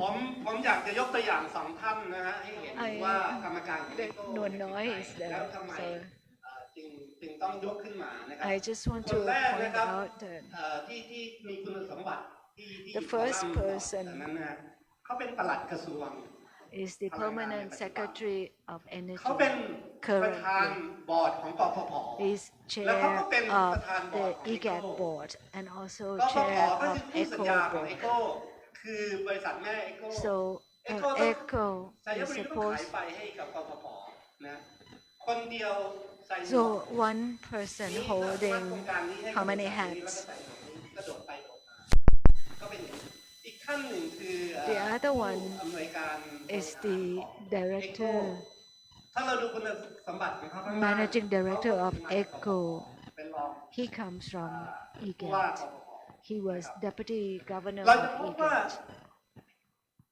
อันนี่คือสิ่งซึ่ง This is ผมก็อยากฝากฝ่ายการเมือง I just want to the คือมันเป็น political ประเด็นที่ดำรงอยู่ sector ใน to take รัฐ note วิสาหกิจใหญ่ๆ and โครงสร้าง these are something we are concerned เพราะว่า about ไปแล้ว in ไม่ว่าจะเป็นรัฐบาล state-owned ไหนนะ enterprises จะเป็นรัฐบาล and มา so จาก no เลือกตั้ง matter ไม่ what เลือกตั้ง government ผมก็บอกว่า is in power things will remain the same because of these state-owned อันนี้อาจจะทำให้ท่าน enterprises ถึงบางอ้อ and นะครับ the ว่าทำไม boards คนเหล่านี้จึงอยากจะมาเป็นบอร์ดของบริษัท why do these แล้วก็ people อยาก want จะ to become ชี้ให้ to ท่านเห็น to ว่า be a board ถ้าเขา member ต้องเลือก of a ระหว่างไปประ company ชุมบริษัทกับไปประชุม if they have to กระทรวง change เขา between เขาจะไป going to a เพราะ board ว่า meeting of the นี่คือราย company ได้ or ใน going to a หนึ่ง meeting ปี at the นะ ministry บริษัท ECO ให้กับกรรมการ these บริษัท are เขาเนี่ย the income 2,700,000 บาทนะที่กรรมการแต่ละท่านจะ to ได้ที่หนึ่ง each one gets 2.7 million baht a year นะ each จึ of งไม่ the น่า board แปลกเลยครับ members ว่าเวลาเราไปดู so ว่า it's not surprising ที่ right หน่วยงาน that ต้นสังกัดเขา when เขาประชุมเขาประชุม and ไหนบ้าง which meeting they're going to choose to go เพราะ to ฉะนั้นเนี่ยสิ่งต่างๆเหล่านี้ก็เหมือนกันอันนี้การเมืองในความเห็นเรานี่ this คือ is การเมือง in นะครับ my การเมือง view ที่ this ท่าน is เอื้อมไป politics ไม่ถึง and การเมืองที่รัฐ politics สภายังเอื้อมไป that ไม่ถึง that actually is beyond the parliament คนอดอยากมันทำให้คน but it's actually have a great deal of impact adverse อยาก impact จะยึด it เก้าอี้กันเอาไว้นะครับ it makes people แล้วก็ want เขา to ก็สามารถที่จะเอา it คน wants นะ it makes people want to hold on to their เพื่อสร้าง their ภาพนะ positions อันนี้ผมคิดว่าสถาบันมหาวิทยาลัยก็มักจะถูกซื้อด้วยเรื่องแบบนี้ actually the universities are bought คนคงแปลก as ใจ well ว่าในเมื่อกฟผเนี่ยมีไฟฟ้าเหลือนะฮะแล้วก็ยังเซ็นสัญญาเพิ่มขึ้นไปเรื่อยๆซึ่งไฟจากลาวเพิ่มขึ้นเรื่อยๆเนี่ย why เขาจะ does เอาไปทำอะไร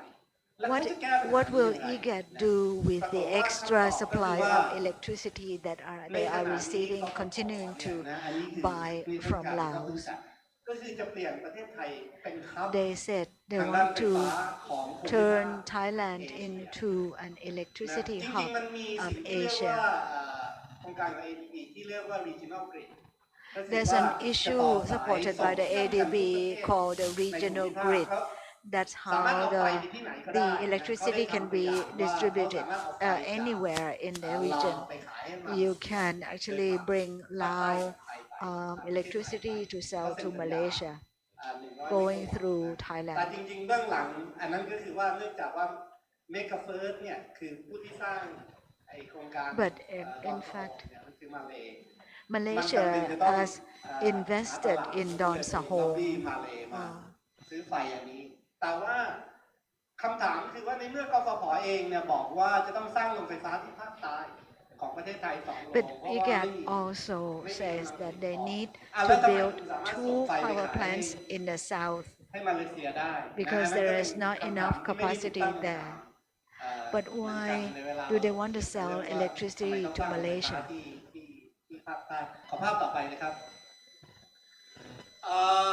อันนี้คือข่าวที่เขาบอก This is แถลงในปัจจุบันเนี่ยนะ News that the บอกว่า announced เขากำลัง by จะขายไฟให้พม่า IGAD on 17th of September this year.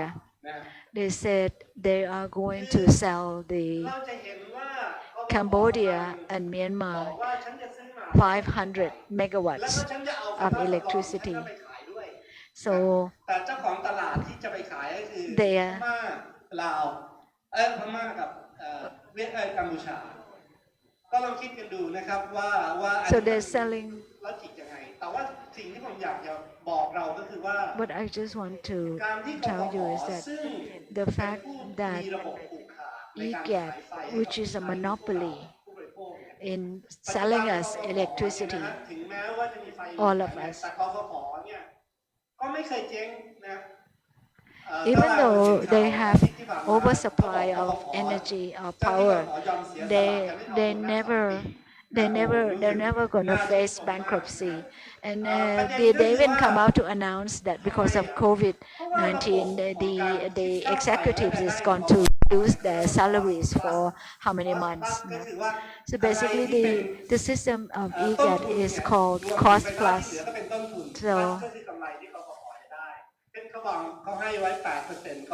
so they said there's 8% profit because they can actually push all the costs to the consumers. So, but apart from selling electricity in the country, they are selling to other countries as well. So that means that you are actually, if you go bankrupt, then we have to pay higher price for electricity. And actually, it has happened already. The fact that IGAT cannot build 2 coal-fired power plants in the south, but they have already invested in signing an agreement to import the coal from Indonesia. So that means the cost of that coal is now being included in our electricity bill. But now they're going to go to build a coal-fired power plant in Vietnam instead. While Vietnam is actually being questioned quite a lot about their coal-fired electricity because they are using a lot of coal. So there is no political regulation or control over this type of deals that the state enterprises make. So this is something called state capture. The state capture is what I've been explaining to you. It just means that under neoliberalism, the companies have more influence than the state, and it actually control the state operation. Thank you very much, Kun Witoon. Sorry that I have to send you a message about the time. I thought there would be another forum, so now I will allow people here to, also those who are at home and watch this program through Thai PBS to raise questions. You can ask questions in both in Thai and in English. But you may not ask the questions in Tagalog or Burmese language.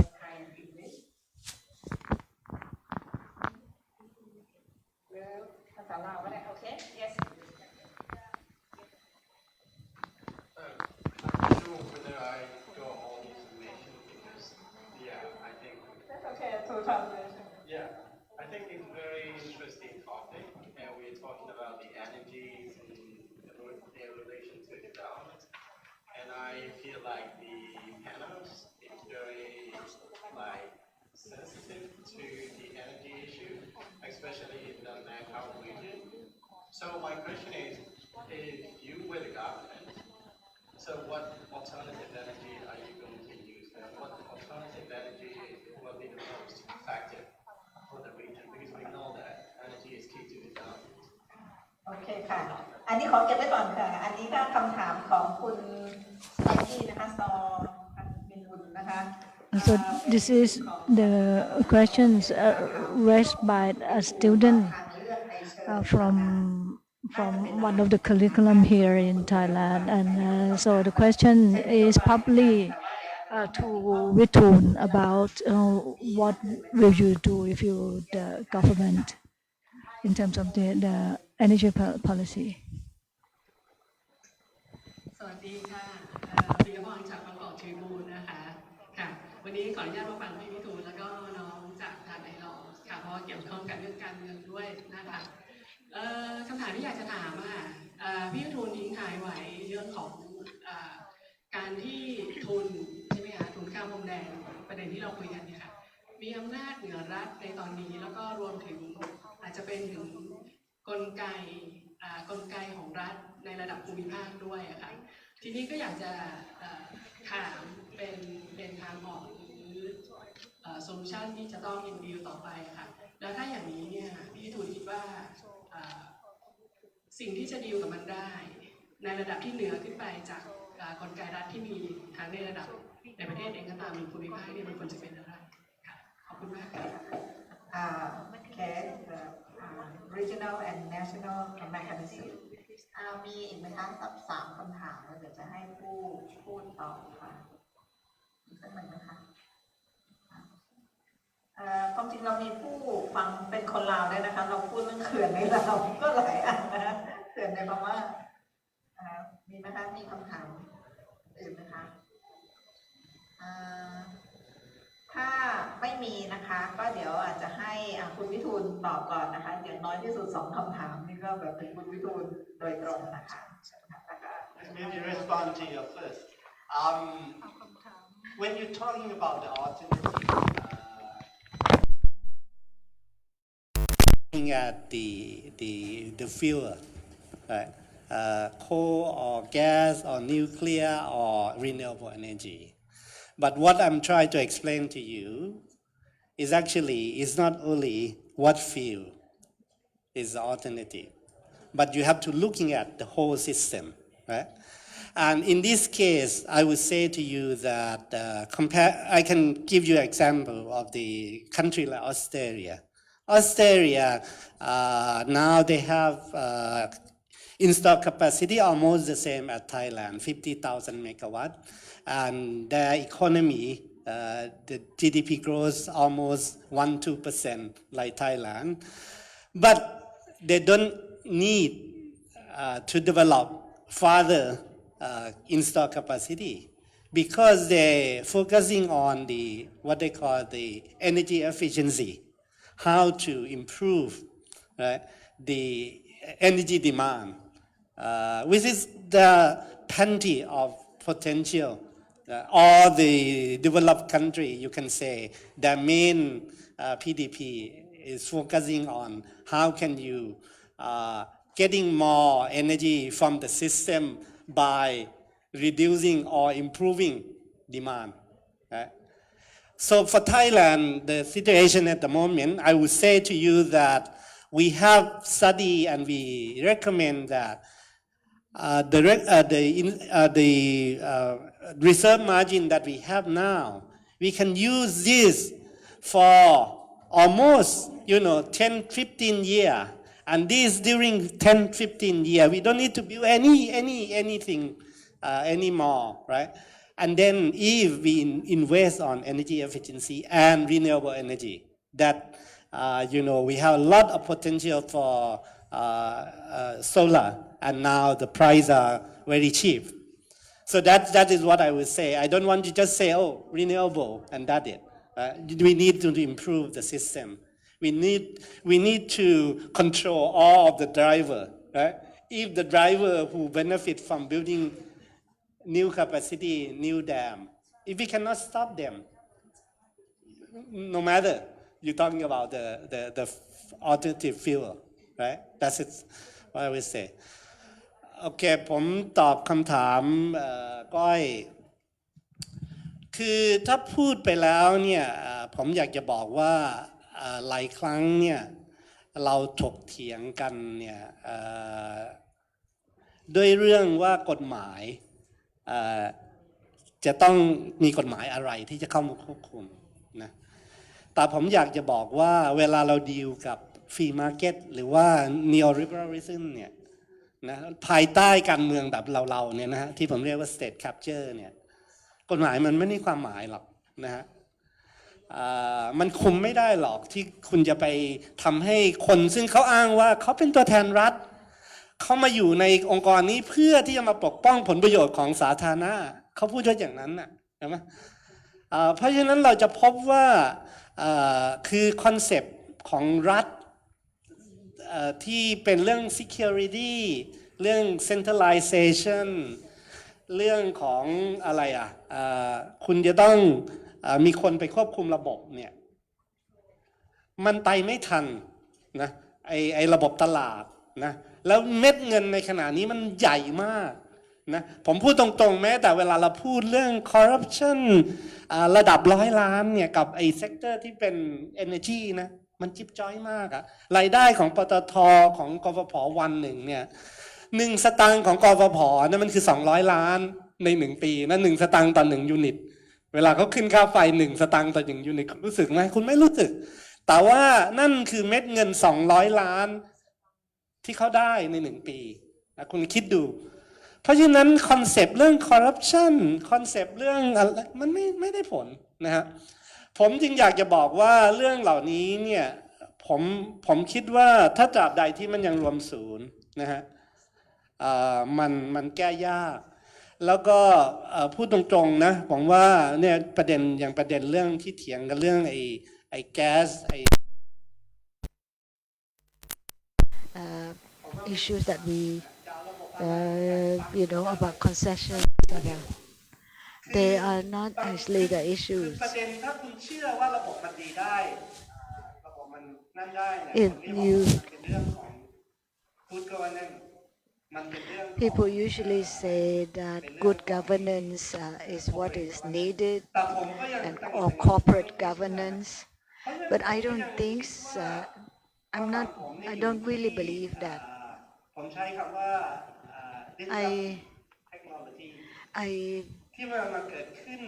I think is a kind of disruptive technology that is happening in the energy sector. We find that EGAT now is not the only boss. There are independent power producers and like even the rooftop solar cells is a pro-consumer kind of alternatives. But it's more than that. In the industries, they are now aiming to generate their own electricity at a cheaper cost. So the peak production capacity or whatever, they have to these independent producers for their producing electricity for their own use. It's going to grow, and the new technologies are kind of decentralized by its own nature, like mobile phones and whatnot. So, if in the future we can actually destroy this monopoly system, I think the options will explode, meaning it will expand rapidly because you can actually produce your own electricity within your hospital, within your so and so. That will be the answer. Thank you, Kun Witoon. I was thinking that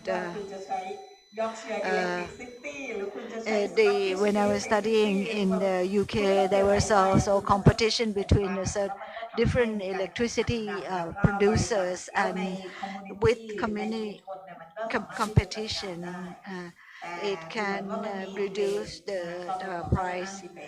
But the EGAT doesn't like that system.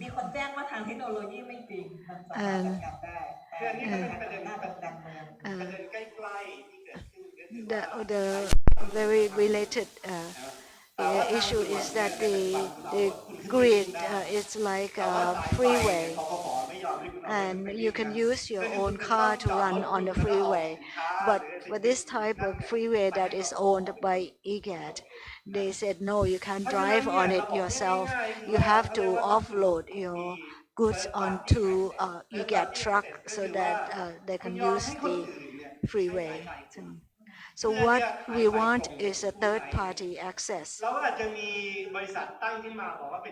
That's what we need, because so you can have to allow people to actually join in with the supply,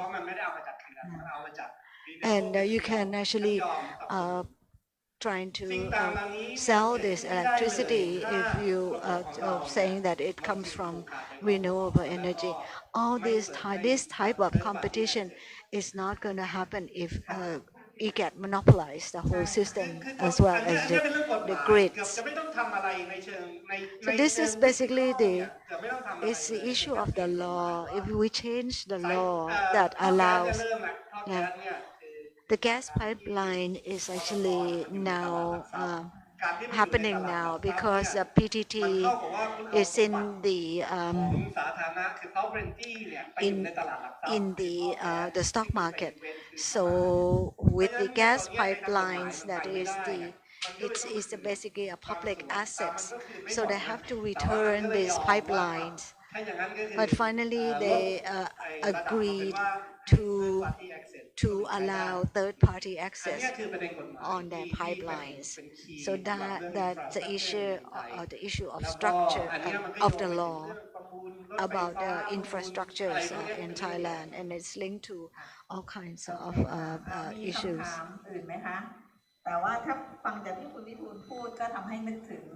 So listening to Witoon, decentralization of electricity.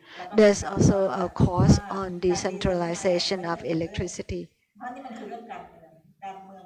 because it's basically this is the politics of the distribution, the production and distribution of electricity, which is linked to the environment, because depending on the source of energy.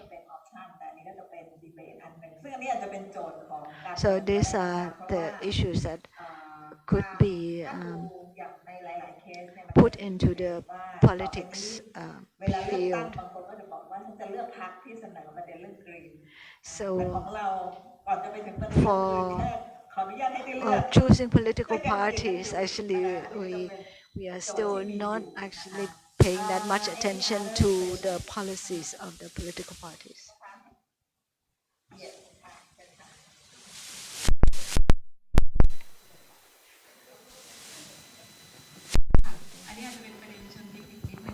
My questions would be the technical issue. I'm monitoring about the energy issue.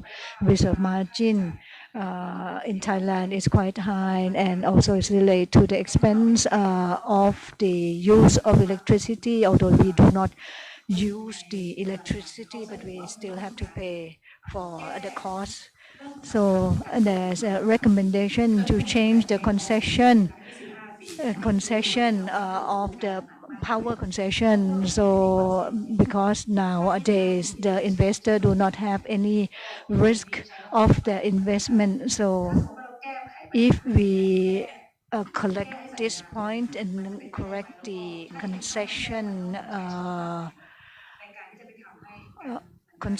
aspect, then is it possible to change it? This point can be made right away by the regulator, but ICAT doesn't want to do anything.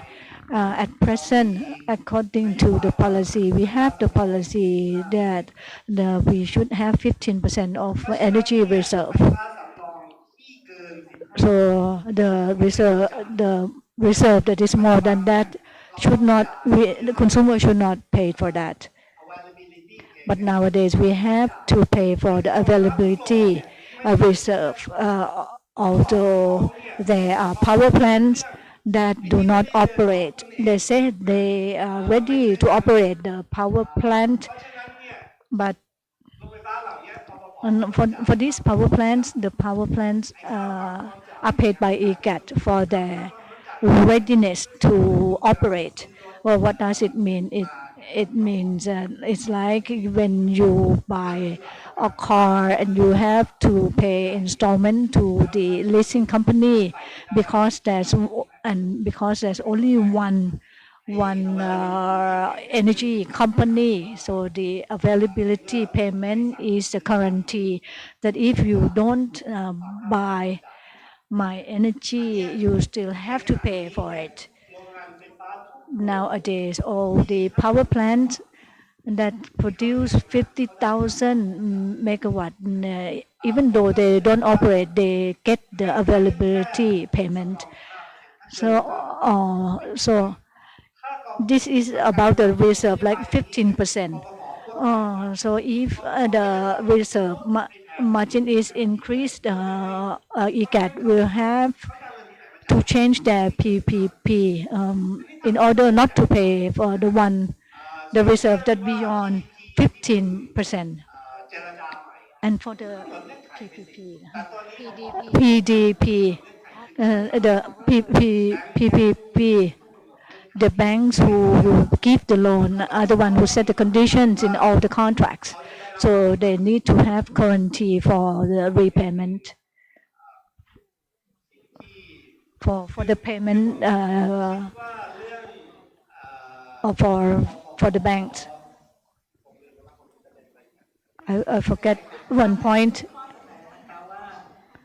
So this is the recommendation that if there are more than one energy seller, more than one entity which is EGAT, and so if the power user said that they will pay only 15% energy reserve, not more than that, this can be campaign that is different from the from the the end of the unlocked the senators. But in fact, the ICAT has many subsidiaries, like over 100 of them at present. Forgot again. Any more questions? Okay. I get it now. The deputy prime minister, and he said that in order not to have the high energy reserve, so the all power plants should be decommissioned. So when you have contract with the power plants, you have to pay them then. It's like when you have to pay for the officers, the civil servants that are early retired. So if the plan in building dams in Laos still continue, now they come up with the proposal to decommission the power plant, and the question is who have the power to do so, and which power plants have to be decommissioned. So now this is a big deal. Then why this lead to the point why people want to become the Minister of Energy ministry. So even if you decommission the power points, you have to pay them. At present, the PPA contract that lasts 25 years in ICAT lecture, it is out. There's an outstanding debt. So everyone here has to be indebted because ICAT can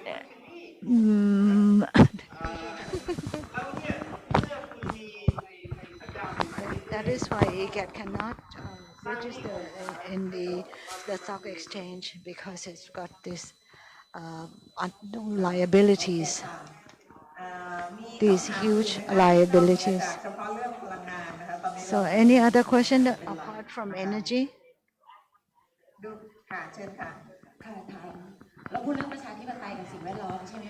About the democracy and environment.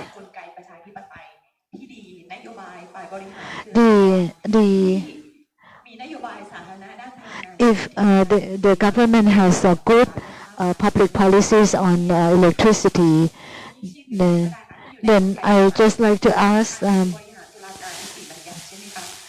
So if you have three mechanisms in democracy, the judicial, legislation, and administrative, you feel, so I want to know, so how can democracy actually protect our public interest in the environmental issues?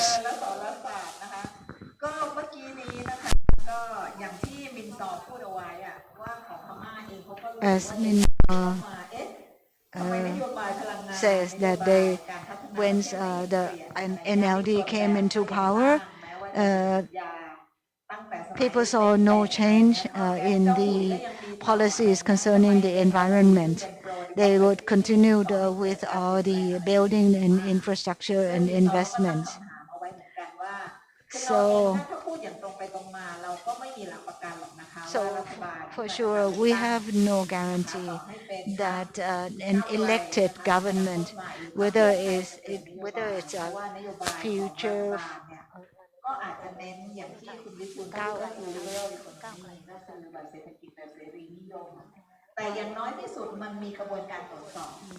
so we cannot guarantee that whoever is elected, whichever government is elected, will actually look after the environment. But at least if we have the plans that we have environmental law that is strengthened, even like and Yingcheep said that the Fisheries Act actually had to be changed 3 or 4 times because the government was pressured by the civil society in Europe and the European Council because they want to ensure that the fisheries is done in a free and fair.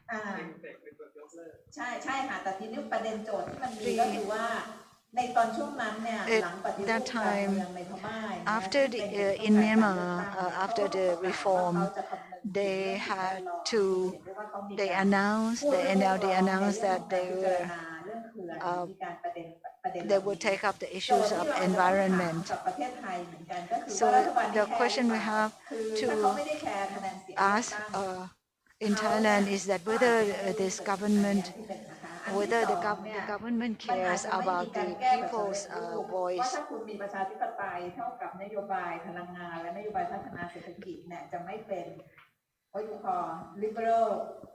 So there is,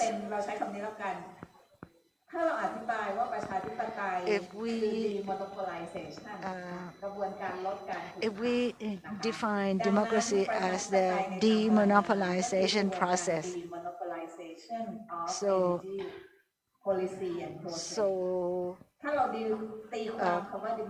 energy democracy would be the demonopolization of the process, the energy production and distribution process and policies.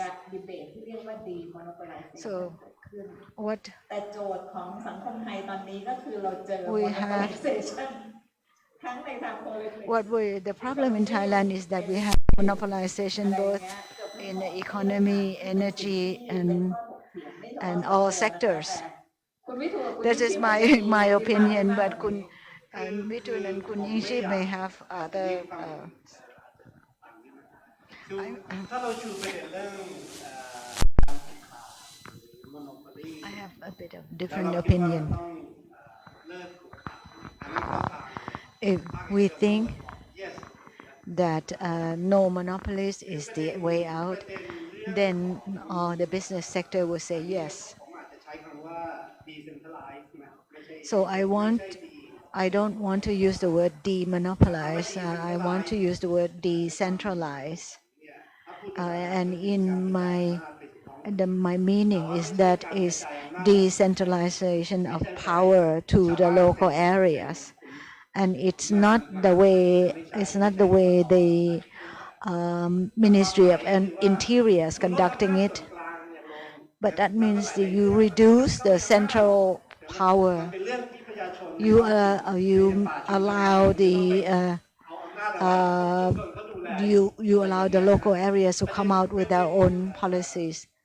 For example, community forests doesn't need to be under the centralized control.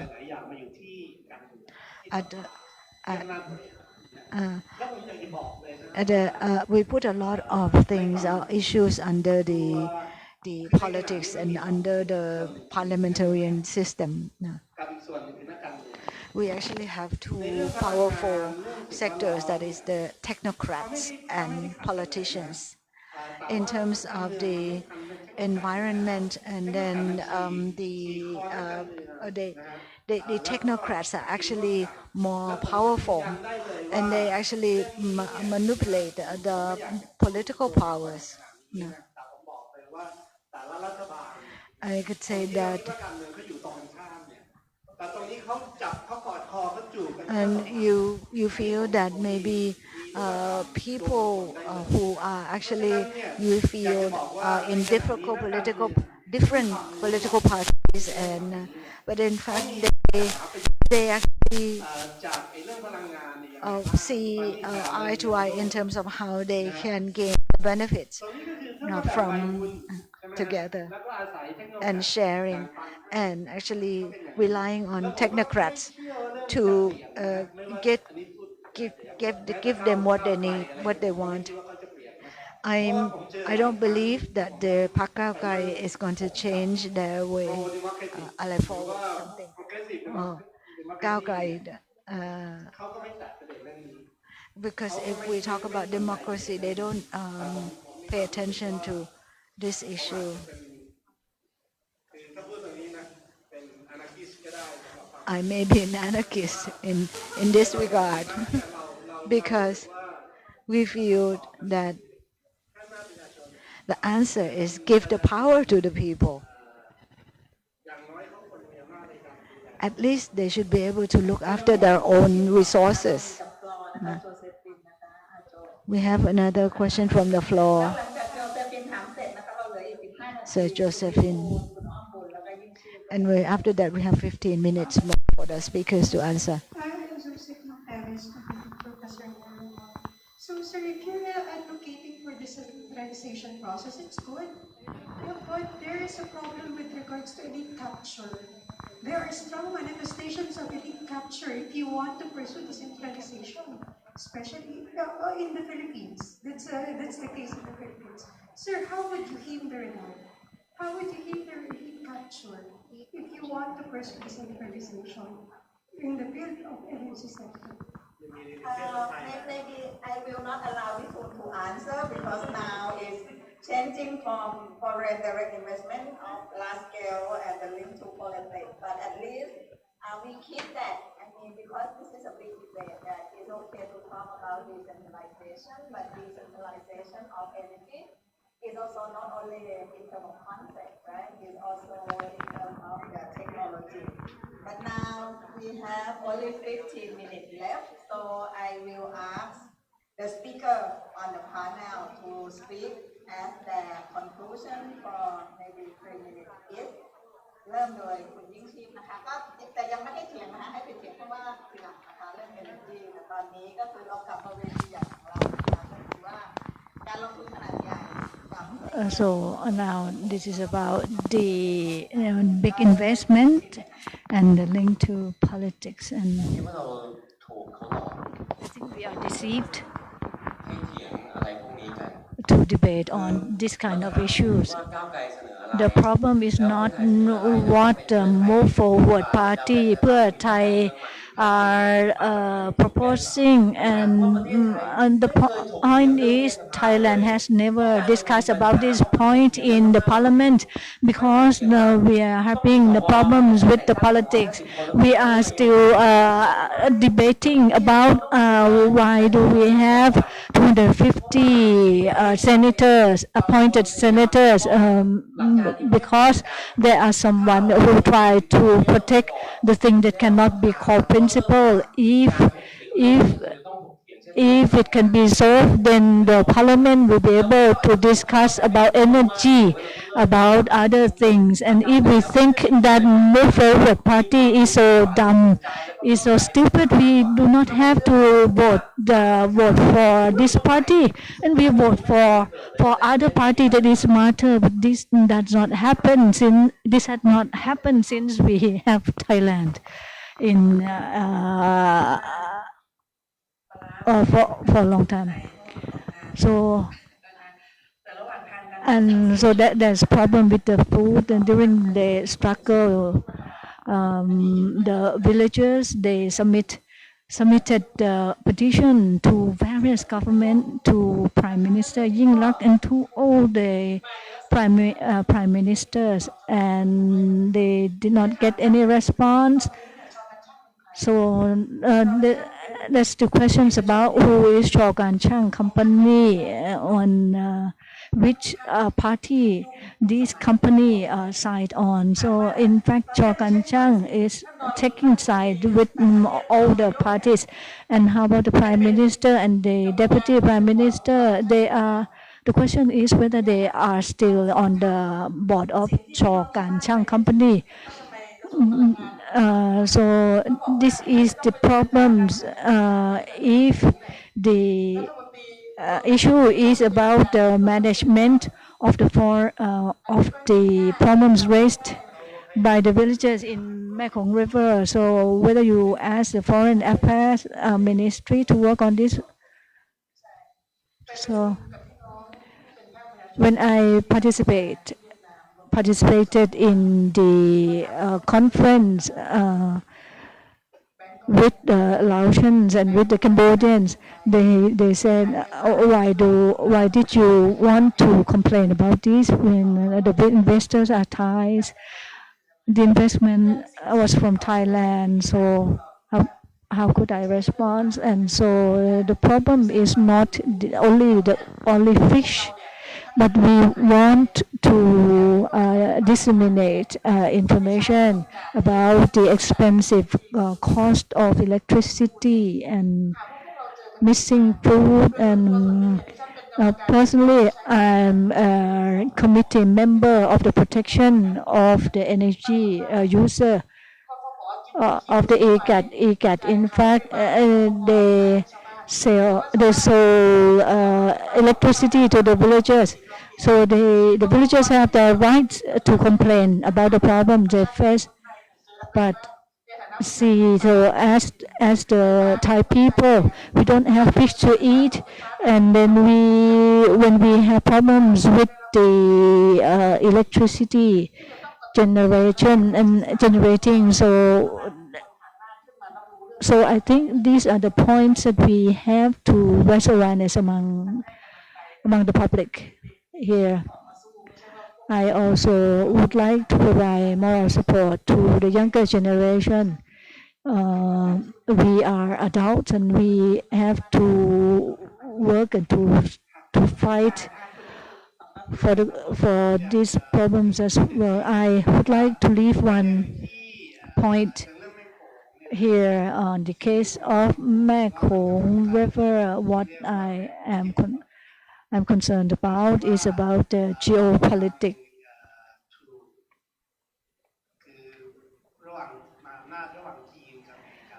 Like we are in between of China and U.S. Power, where they use the South China Sea as the issue. Mekong River is the issue that is raised to be discussed for For those who work on these kind of issues, we are just like the small glass.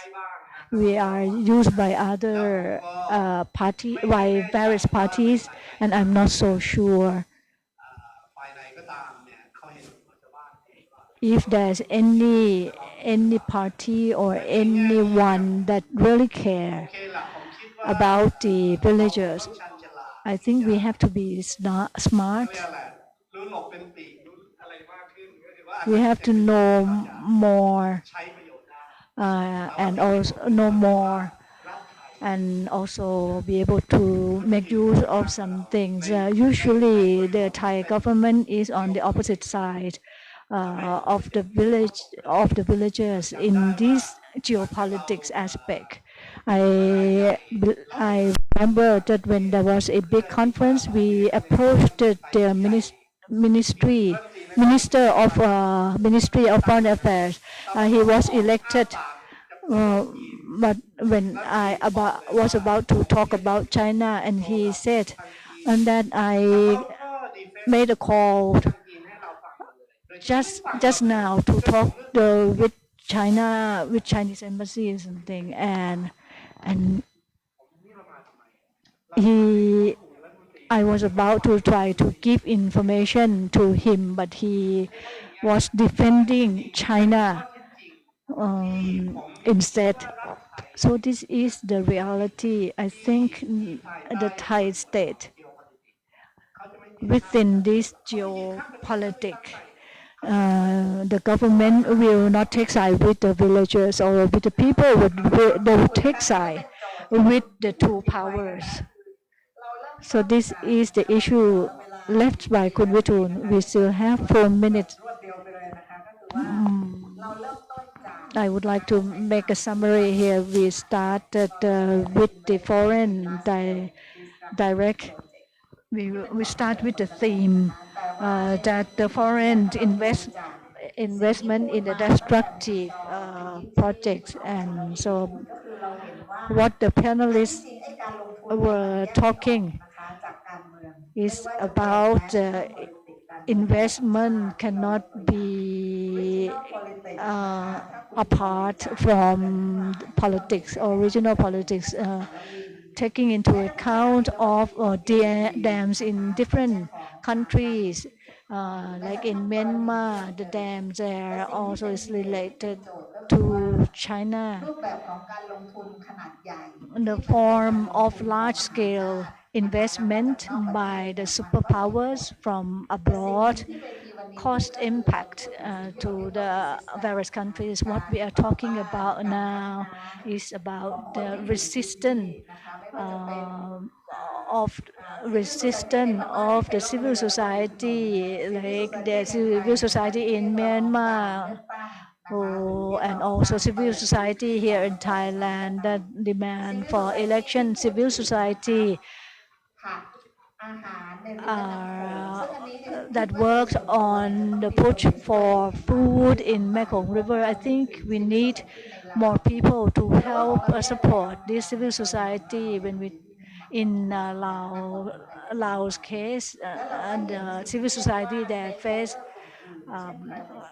problems even more than us. And so another thing is that we are facing the superpower that have more power than the government.